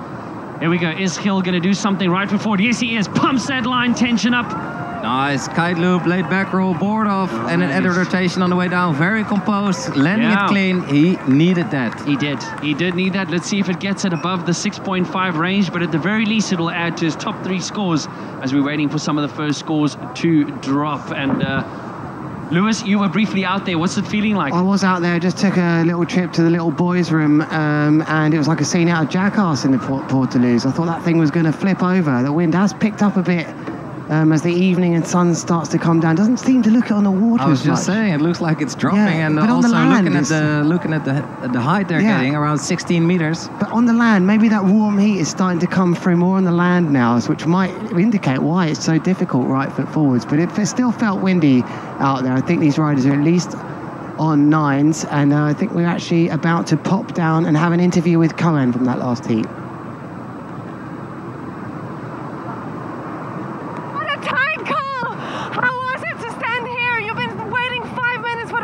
I've been waiting the whole day for this result. Man, fuck yes! Yes! Oh. Give it up for Cohen, everyone here! I'm so beyond stoked. Obviously, this was a proper fight, because him and I are very close, and I don't think I won by far. I'm going to check the scores now. 1 point. I was going for the variety. Oh, yes! Good luck for the next round, buddy! But it's the semi-finals. We're not in the finals yet. Next one's going to be hard. I can feel your energy. Let's go. We've got to do it. We saw Luca Cerruti there in the yellow lycra and on his fly server kite, designed by Luke McGillivray, also a local South African boy who designs the kites for fly server. Absolutely incredible team here. He wasn't getting the height on that takeoff because it is all about building up as much tension between you and the kite and taking all that power, sitting on your back foot and then kicking into the wind in order to get that vertical height. Mega loop, delayed back roll with the board off for Hill. And Hill's a bigger guy, you know. This doesn't suit him, this light wind. He seems to always end up with this deal, the Red Bull King. And he's been here plenty of times. Am I right in saying he's the oldest rider here now, I think? And he'll be hoping for a stronger wind. But this is a really intriguing heat because both of these riders haven't lit up the world's this year. They've got to semi-finals. It has to be said, 2024 semi-finalists was the last best result really for the Luca. Cold Hawaii, he did get to the semi there at Cold Hawaii as well, but had a good performance. Both of these riders best really as semis and quarters last year for Geel Vloot. So sorry to interrupt you there, Lewis. That is a devastated Jeremy Belando there on the lower right hand side. You can see raw emotion, and that's what comes out at this event. But back to the action as we see Luca Cerruti on your upper left-hand side. He's hunting for that kicker. Not got a lot of speed, not indicating that he's going to go for it, but a big gust of wind coming over there. But Jeremy, hold your head up high, bro. That was an excellent performance. Great to have him back after missing out last year. Previous podium finisher here at the Red Bull King of the Air. So Geel Vlucht hunting down that kicker, and will he take off? No, it is a bit challenging condition. I'm sure the sports director is really taking a close look at the conditions because it's just harder for the riders to connect. If you ever wonder just how much it means to these young athletes, that last shot will burn right into your eyes for a long time. That look, the emotion, just to say nothing like that. I mean, that was a devastated rider that's desperate to get further and to get on the podium. But here's Geel Vlucht on the inside, finds a nice guy. Oh, he brings that kite right out the side as that doobie loop. Nice move for him. Very nicely done here by Geel Vlucht. He knows what it takes to win competitions. He is a very composed rider, and he's got all the moves that it takes to land on that podium. And that is what these guys are battling for. A spot in the semi-finals, taking on Leonardo Casati, is the winner of this heat. Will it be Geel Vlucht? Or will it be Luca Cerruti? Is he on the foil, Ruben? Is he on the foil? I saw him out there when I was out there ripping my session earlier. He was training. Is he on the foil kite now? Because he can send loops. Lots of it suggests to me with that reaction on the beach that he's taken his foil. Yes, he has. He is. This is a first, ladies and gentlemen. The first time a foil kite is out and up and riding at the King of the Air. Let's see what Luca Cerruti can do with this. As straight on his first tack out, he hits out. Look at that kite loop. Whoa! Come on, stick that thing, bro. So floaty. So wow, what an entrance with a brand new kite. A great pit stop here from Luca Cerruti, and he has been training and developing, designing these kites specifically with the fly server team. These kites are more like a paraglider, so they create more lift, more hang time, and that is of course more air time to perform tricks. So let's see what Luca Cerruti can do with that. But I think, it's an interesting call. What must be going through Geel Vlucht's mind here, thinking, wow, I've got a good chance here going through, and then your opponent goes and does something like that. How often do you see that? No, looking for the answers. This guy is on the beach, and so is Geel probably. Here goes Luca Cerruti to the inside, trying to connect with the gust, but he's going to get some hang time on this foil kite. And he is looping it as well. No ways. And there's a very interesting graphic at the bottom there. It was true. He went from a 9 up to a 7. Work that out. It was true. That was a 7. I saw that number on that foil kite. That is how much power is on those kites. They're different kites altogether. Ram air kites. They're not inflated like our tube kites are. That kite is filled up by the flow of the air into it. That is a ram air kite. It's different, and so it has a lot more. It's much more. It's slower. It's a lot harder to steer. That's why it's more difficult. More efficient though. Yeah, of course. Like for gliding, for wing, for like flying. But to loop it has been taking some development. They have made them much quicker these days. So that's why Luca Cerruti is able to perform on this fly server foil kite in the Red Bull King of the Air. It is getting up there, and it is giving him an advantage in these challenging conditions. I'll tell you guys, I wonder if this is not going to be the end of it here, because Geel might end up kind of thinking, well, it's a bit late. He's had to take a foil kite here. This might well be the end of it if this heat finished like this. Oh, well, I mean, with the last standing South African, what a strategic move to pull up against a very experienced Gil Vlucht. But let's see what happens. Some patches all of a sudden again on the water, and the ocean just running flat on Gil with less than a minute left. This is very frustrating here for Gil Vlucht and of course also Luca Cerruti, but he made a call to change his gear in order to deal with the light conditions better, and here's showing a double forward dirty loop for Luca Cerruti with a board up and falling on his face. Unfortunately not gonna count towards his scores. Yeah, and we have to remind you again that his kite isn't inflated. Had he stuck that in the drink there, you've got to get them up a bit quicker because the tube kites are designed to float. That's how we relaunch them. That's how you can make mistakes and learn the sport and crash. It's okay for your kite to sit in the water, but if it's a ram air kite, it might not take off again. So that is the risk you take. Here goes Gil Vlucht finding a kicker. Yeah, not really looking for more. Is he connecting? Yeah, no, double whammy, not ideal. Double doobie, board off. Nah, this is not what he is hoping for. He wants this heat to be postponed. He's like, I don't have enough power, and he is not happy with this. Gil Vlucht. Let's see what the overall impression score does. That can still save him. Guys, what do you think? Do you think this is going to stand this heat? Yes or no, Colin? I think so. If you go out with equipment and you make it work like that, it's a tough call. Give me a yes or no. Yeah. Go on. No. Ruben? No. No, if you're Gil, you're a no. Yeah. And if you're Luca, you're a yes. I mean, this is going to be a big thing, though. Sorry, we're seeing these highlights to you. You can clearly see the different kite. I don't think this has happened before in Red Bull King of the Air history. No, this is a first. This is the very first ever foil kite going out there at the latter part of the heat. So, what a strategy. What a strategy there from the South African. What's that post on the forum? Ram airs crash again? That would be a lighting up if this changes. Well, on the paragliding forum, gentlemen, there you were talking about this heat being potentially abandoned or not, but there is a stunning result, a very frustrating one for Gil Vlucht. As his curse of the round 3 continues, he will have to find a way out of it, having finished in round 3 here at the King of the Air for 3 years in a row. But Luca Cerruti, a third place finisher from last year, will see himself through to his second semi-final. Look at an elated. Oh, he is lit and he is pumped and he knows his strategy worked and it pulled off. Hard work pays off, and there is Luke McGillivray, also kite designer for Flysurfer, supporting his brother, his teammate Luca Cerruti, winning his heat, and the stoke is real, ladies and gentlemen. Oh yeah, get another Boerewors on the pride, boys. There's some happy South Africans there. No gaan ons braai, Omat. No, ons gaan nou braai. So, oh wow, what a performance there. That was a history in the making, a first ever foil kite being pulled out with less than 3 minutes left in that heat. Luca Cerruti knew what he needed up against a very experienced Gil. Oh, look at the energy, look at the emotion, look at the local support here. Give the man a braaibroekie already. I gaan hem nou. Some pup? Are you into the pup? You like the pup? Pap is lekker. Pap is lekker. Pap, braaibroekie, choppiekie, vleisie, borsie, susati. Millipap, they gave me in jail when I was in jail for a little bit. Well, only a few hours. We will not let you know what happened there, but oh, look at the raw energy and excitement there. Luca Cerruti, the local crowd, absolutely berserk. Obviously, those were for crimes of being too extreme, Ruben. 100%. My mega loops are a little bit too gnarly for the time. That's what I call a cage loop, right there.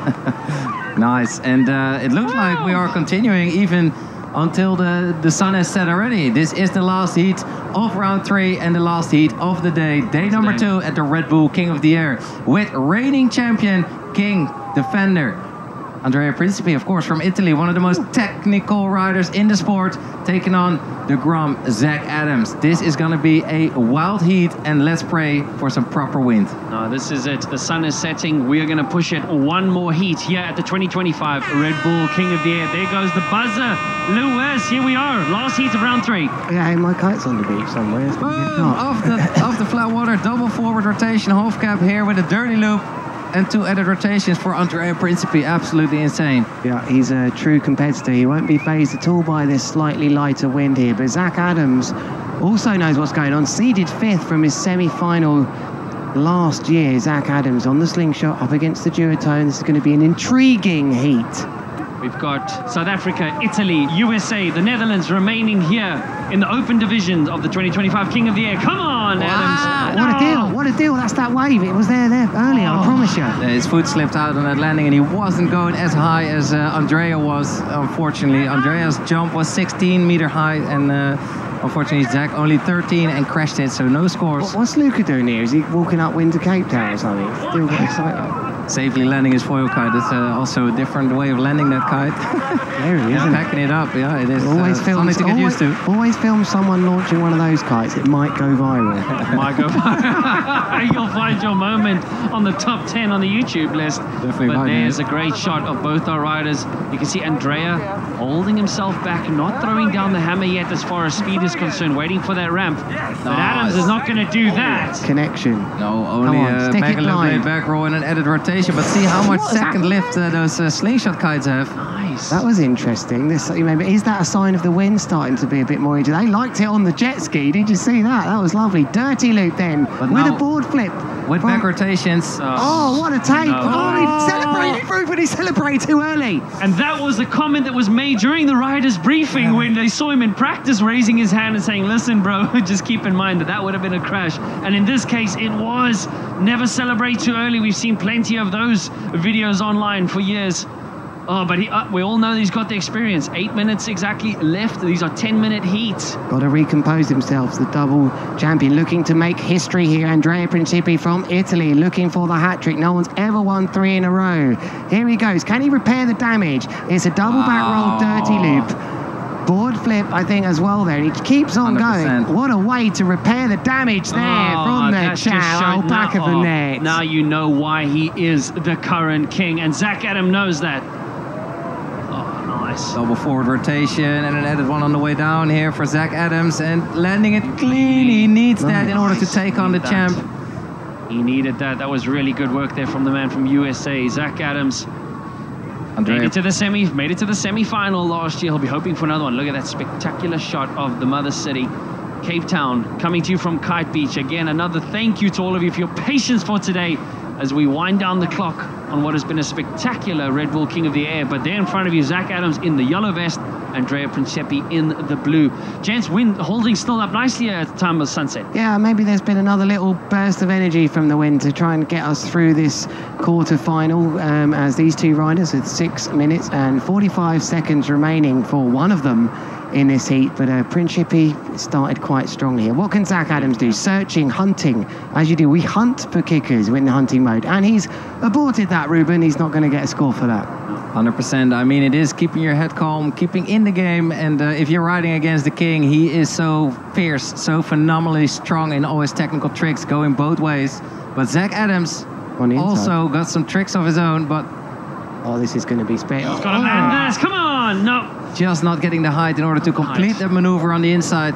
He thought he had time, you know. If he didn't think he had time there, he would have kicked the board off. But he felt he had time to put it on. But sometimes these waves, that extra half a meter of one of these waves coming up can be the difference. Whilst we see Andrea Principi not too bothered about that move. But till the end, this will be the last heat of this round. Can Andrea Principi do it? Can he get through? Remember, Kevin Langare from your country has won 3 times in a row, Ruben. Sorry, 3 times in his life, but no one's won 3 times in a row. 100%. Andrea Principi got it in 2023, 2024, and can he do it in 2025? That is the big question on everybody's mind. That will put Andrea Principi in a very firm position. That was an excellent one. They're covering a lot of horizontal distance on that one. Colin, what about South Africa never winning it? Is that going to happen? Could it be this year? It's going to happen. It's going to happen. Whether it's going to happen this year or not, I have to be honest, even as a commentator and as a lover of the sport, the statistics are in Lorenzo and Andrea's favor. And that last one from Andrea just showed it's going to be tough to beat those 2 Italians. I bet you wouldn't mind seeing these conditions in a final with the South African, though, especially Luca Taruti with that weapon. From what we just saw, yeah. Unbelievable foil. I do believe it has opened up a new dynamic. It has opened up a new way of attacking conditions like this. 100%. Get your foil board and your foil kite out in order to get maximum power. Or height, at least. Bit of both in his case. But Andrea Principi there boasting a 7.04, 6.8, 6.58. A reminder about the overall impression score, and there you can see the sun has set. And look, can you see the city in the background there as we look over to the southwest? Look at that. You can see there's no wind just in front of the city. Even out the back, you can just see that clear mirror. You know, that hasn't been all the way out wind today, but it's here now, and it's something you have to see if you've never done this and come out to Cape Town.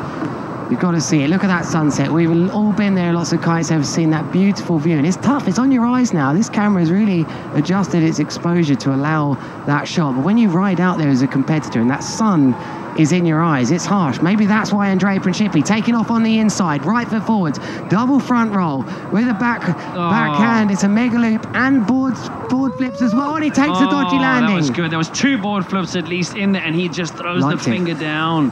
Wow. That was brilliant. Oh, that was brilliant. Looks like they're going to push through here. I think they're going to push through. The race director must have seen it does look suitable because it only takes a minute or 2 of lulls and that's in their head. Look at that sunset. That is such a beautiful sight. There were dolphins out there earlier, Ruben. I was there. 100%, Brute. That's where they live. Oh, I was a bit surprised, I've got to be honest.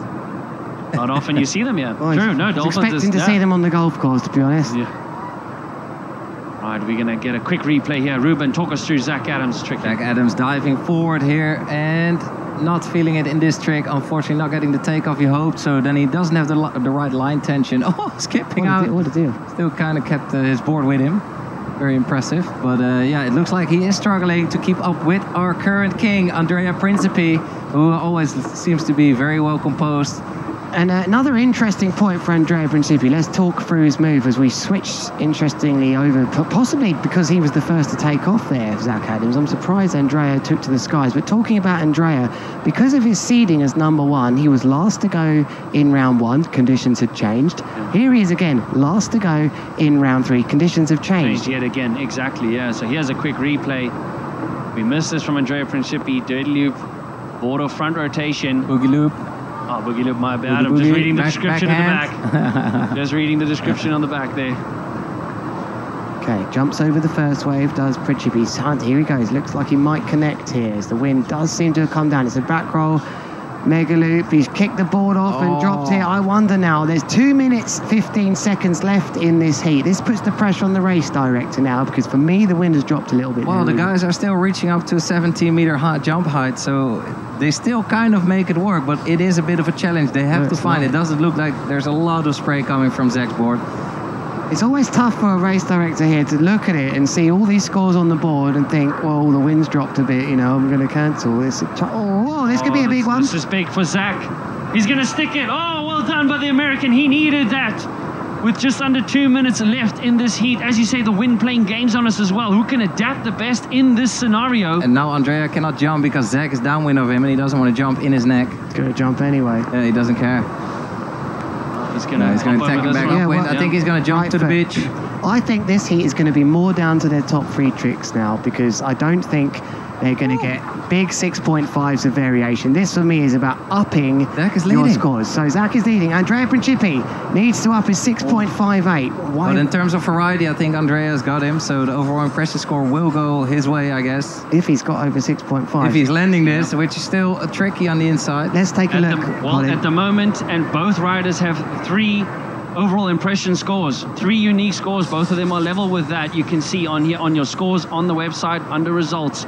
So both riders have 3 tricks that are unique, which will count towards the overall impression. So at the moment, gents, it's very neck and neck when you look at that 0.07 difference here with less than a minute left. Andrea has got a little bit more amplitude and a little bit more distance in his trick, so that might help. That might push him over with those 3 points that we've been speaking about on and off. So this last 30 seconds is going to be massive here. He's checked his watch going out. He'll know it's neck and neck. He wouldn't want to be in this position. Quick check over his shoulder to see what's going on. He's going to send one right foot forwards. It could be unhooked, perhaps. No, it's not. Not a lot of height on that one.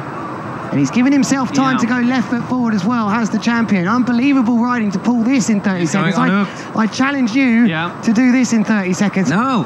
What? My goodness, this is incredible. Zach Adams doing the boomerang. No way. Just when he needs it most. But will Andrea Principi still on hook on the buzzer? Oh, did Andrea Principi go for another last minute trick? Did we miss it? We will know now, but are we going to see the king dethroned? This will be the first time that he does not make the final since he has debuted. Wow, and there goes the double buzzer indicating the end of today. But sit on the edge of your seats as we wait for the scores to drop.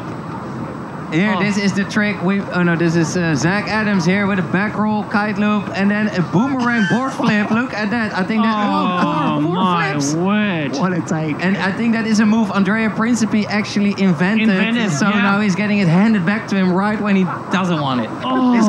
This could be a big deal. Let's see, guys. Wow. Well, here's the highlights. James, talk us through this as we back roll, half cab with a dirty loop and a board flip here from Andrea Principe, and so clean on this powerful. Oh no, this was that's not when we thought he'd raised a hand there and crashed, but he repaired the damage very quickly, going straight into a double back roll dirty loop with a board flip as well, spinning around multiple rotations, and he looked like he picked up the level, but the wind was stronger at the start. But here, this is where Zach Adams right at the end with the boomerang. Where did that even come from? Wow, but it wasn't that high. Of course, it was very technical, but it wasn't that high. So I think Andrea Principe is still in the running to make it for a third crown in a row. No, Zach Adams, no way. There it is. Dropping a big difference as well. Of the year, arguably the upset of a couple years, as the current king is dethroned by the American, upping him on all levels. Look at that, an 8.06, which he got for that boomerang maneuver, Zach Adams. But look at that, nailing Andrea, even on the impression score at a 6.2. This was unbelievable. This is what it looks like to not make your dreams come true, guys. This is not what Andrea Principe came to do. He came here to make history, to claim that third crown in a row at the Red Bull King of the Air. But he got overtaken by Zach Adams from America. And Zach is, of course, over the moon and made it into the semifinals. What a moment for Zach Adams this is. What a moment in Red Bull King of the Air history to see that move. I don't think that move's ever been landed at King of the Air. The one that we believe Andrea Principe invented, done back at him, which definitely gave him the edge. They were so close. And look, there they're finding out. There is the jubilation for the United States. Zach Adams there knocking out the double champion, looking to go for the hat trick. And what a moment this is. The drama, the family are there. He can't believe it, guys. No, this is raw emotions from the king, but hold your head up high. Andrea Principe, brillante effort from him throughout the year and now, but look at these opposing emotions. Mom there to comfort and console of a devastated Italian, but Zach Adams, the American, will be absolutely elated. Oh, look at that. The love for both of these riders, winner or loser, we are all winners here, and this is what 1 year of hard work and visualization comes down to for Andrea Principe, our two-time Red Bull King of the Air winner, but now kicked out in the Red Bull King of the Air 2025 by Zach Adams, who is absolutely on fire. But I want you to see the two camera angles there as the incredible sportsman that he is, Andrea makes his way to fellow competitor Zach Adams. They will embrace each other. I mean, what a scene. What a scene. You've got to be straight here, guys. It hasn't been Andrea's best year of his life. Lorenzo has stole the show a little bit, you know. He's been winning more of the events. Andrea hasn't just dominated like we've seen. So maybe that just bringing that into this event just hasn't worked out. But you can't take this away from Zach Adams. The performance of his life at a time like this. He'll never forget this. Yeah. Listen to this conversation, as you can probably hear it there. Guys, you need to be proud of this guy. He gave it all and he deserved it. Nothing to say. He gave me everything, man. This is the nicest guy you'll ever meet. This guy, I don't care how many championships, how many crowns he's won, he will motivate you more than anyone else. And during this heat, I knew I had to do something that would wow the world. And I got it. I did it again. Oh my God. Absolutely incredible vibes there coming off Zach Adams, and what a sportsmanship, what a brotherhood this community is. Yeah. Absolutely incredible. What a moment. And nobody more than Andrea could understand this feeling. He's been there. He knows how that emotion, that raw emotion feels, and that was lovely to have. Like I said last year, I just threw the board and it came back to me. Yes. Oh my. Now this time it wasn't just two. It was just more than I could count. Holy, this is a dream everyone could be living, man. Just work hard and you'll be here. Hey, I couldn't have done it without all my boys back home in Hood River, and especially my boys with here. Come here. Come here. Zach Adams for president. Raw emotions here. This is what it means to be a part of the Red Bull King of the Air. Wow, unbelievable performance. Parker Sage, fellow American. Lewis, we're a bit stunned here for words in the booth, boys. It's just too entertaining to watch, all this energy unleashed. Guys, there is a nation that's emerged here in kiteboarding today. Amazing performance from these guys. What an incredible actions. I think the boys back in the booth have a lot to say about this very, very interesting moment of today. Let's hear them out. Thank you, Therese. And the thing that's come to my mind here, I'm looking at the semis. 2 riders from the United States of America. Wow, they have put their country on the map big time here, boys.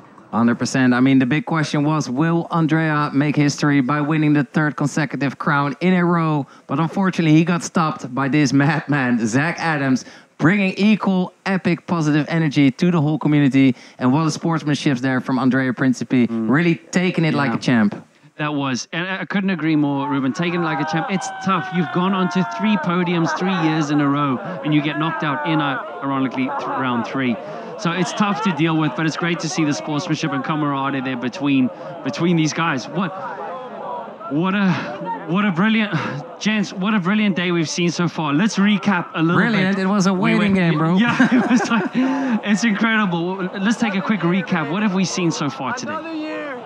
I don't know where to start. I'm absolutely flabbergasted. I'm bamboozled by what I've just seen there, you know? Like, it always does that, kiteboarding, when you least expect it, the moments of magic like we just saw in that heat. I mean, we're only in the semi-finals, and we've just had unbelievable... Maybe the highlights can help us remind us what we've done today, Ruben. Ruben, final thoughts, my bro. Let's hope. Parker Sage was on fire, as well as Lorenzo Casati and Leonardo, all making it through, as well as Zach Adams. So...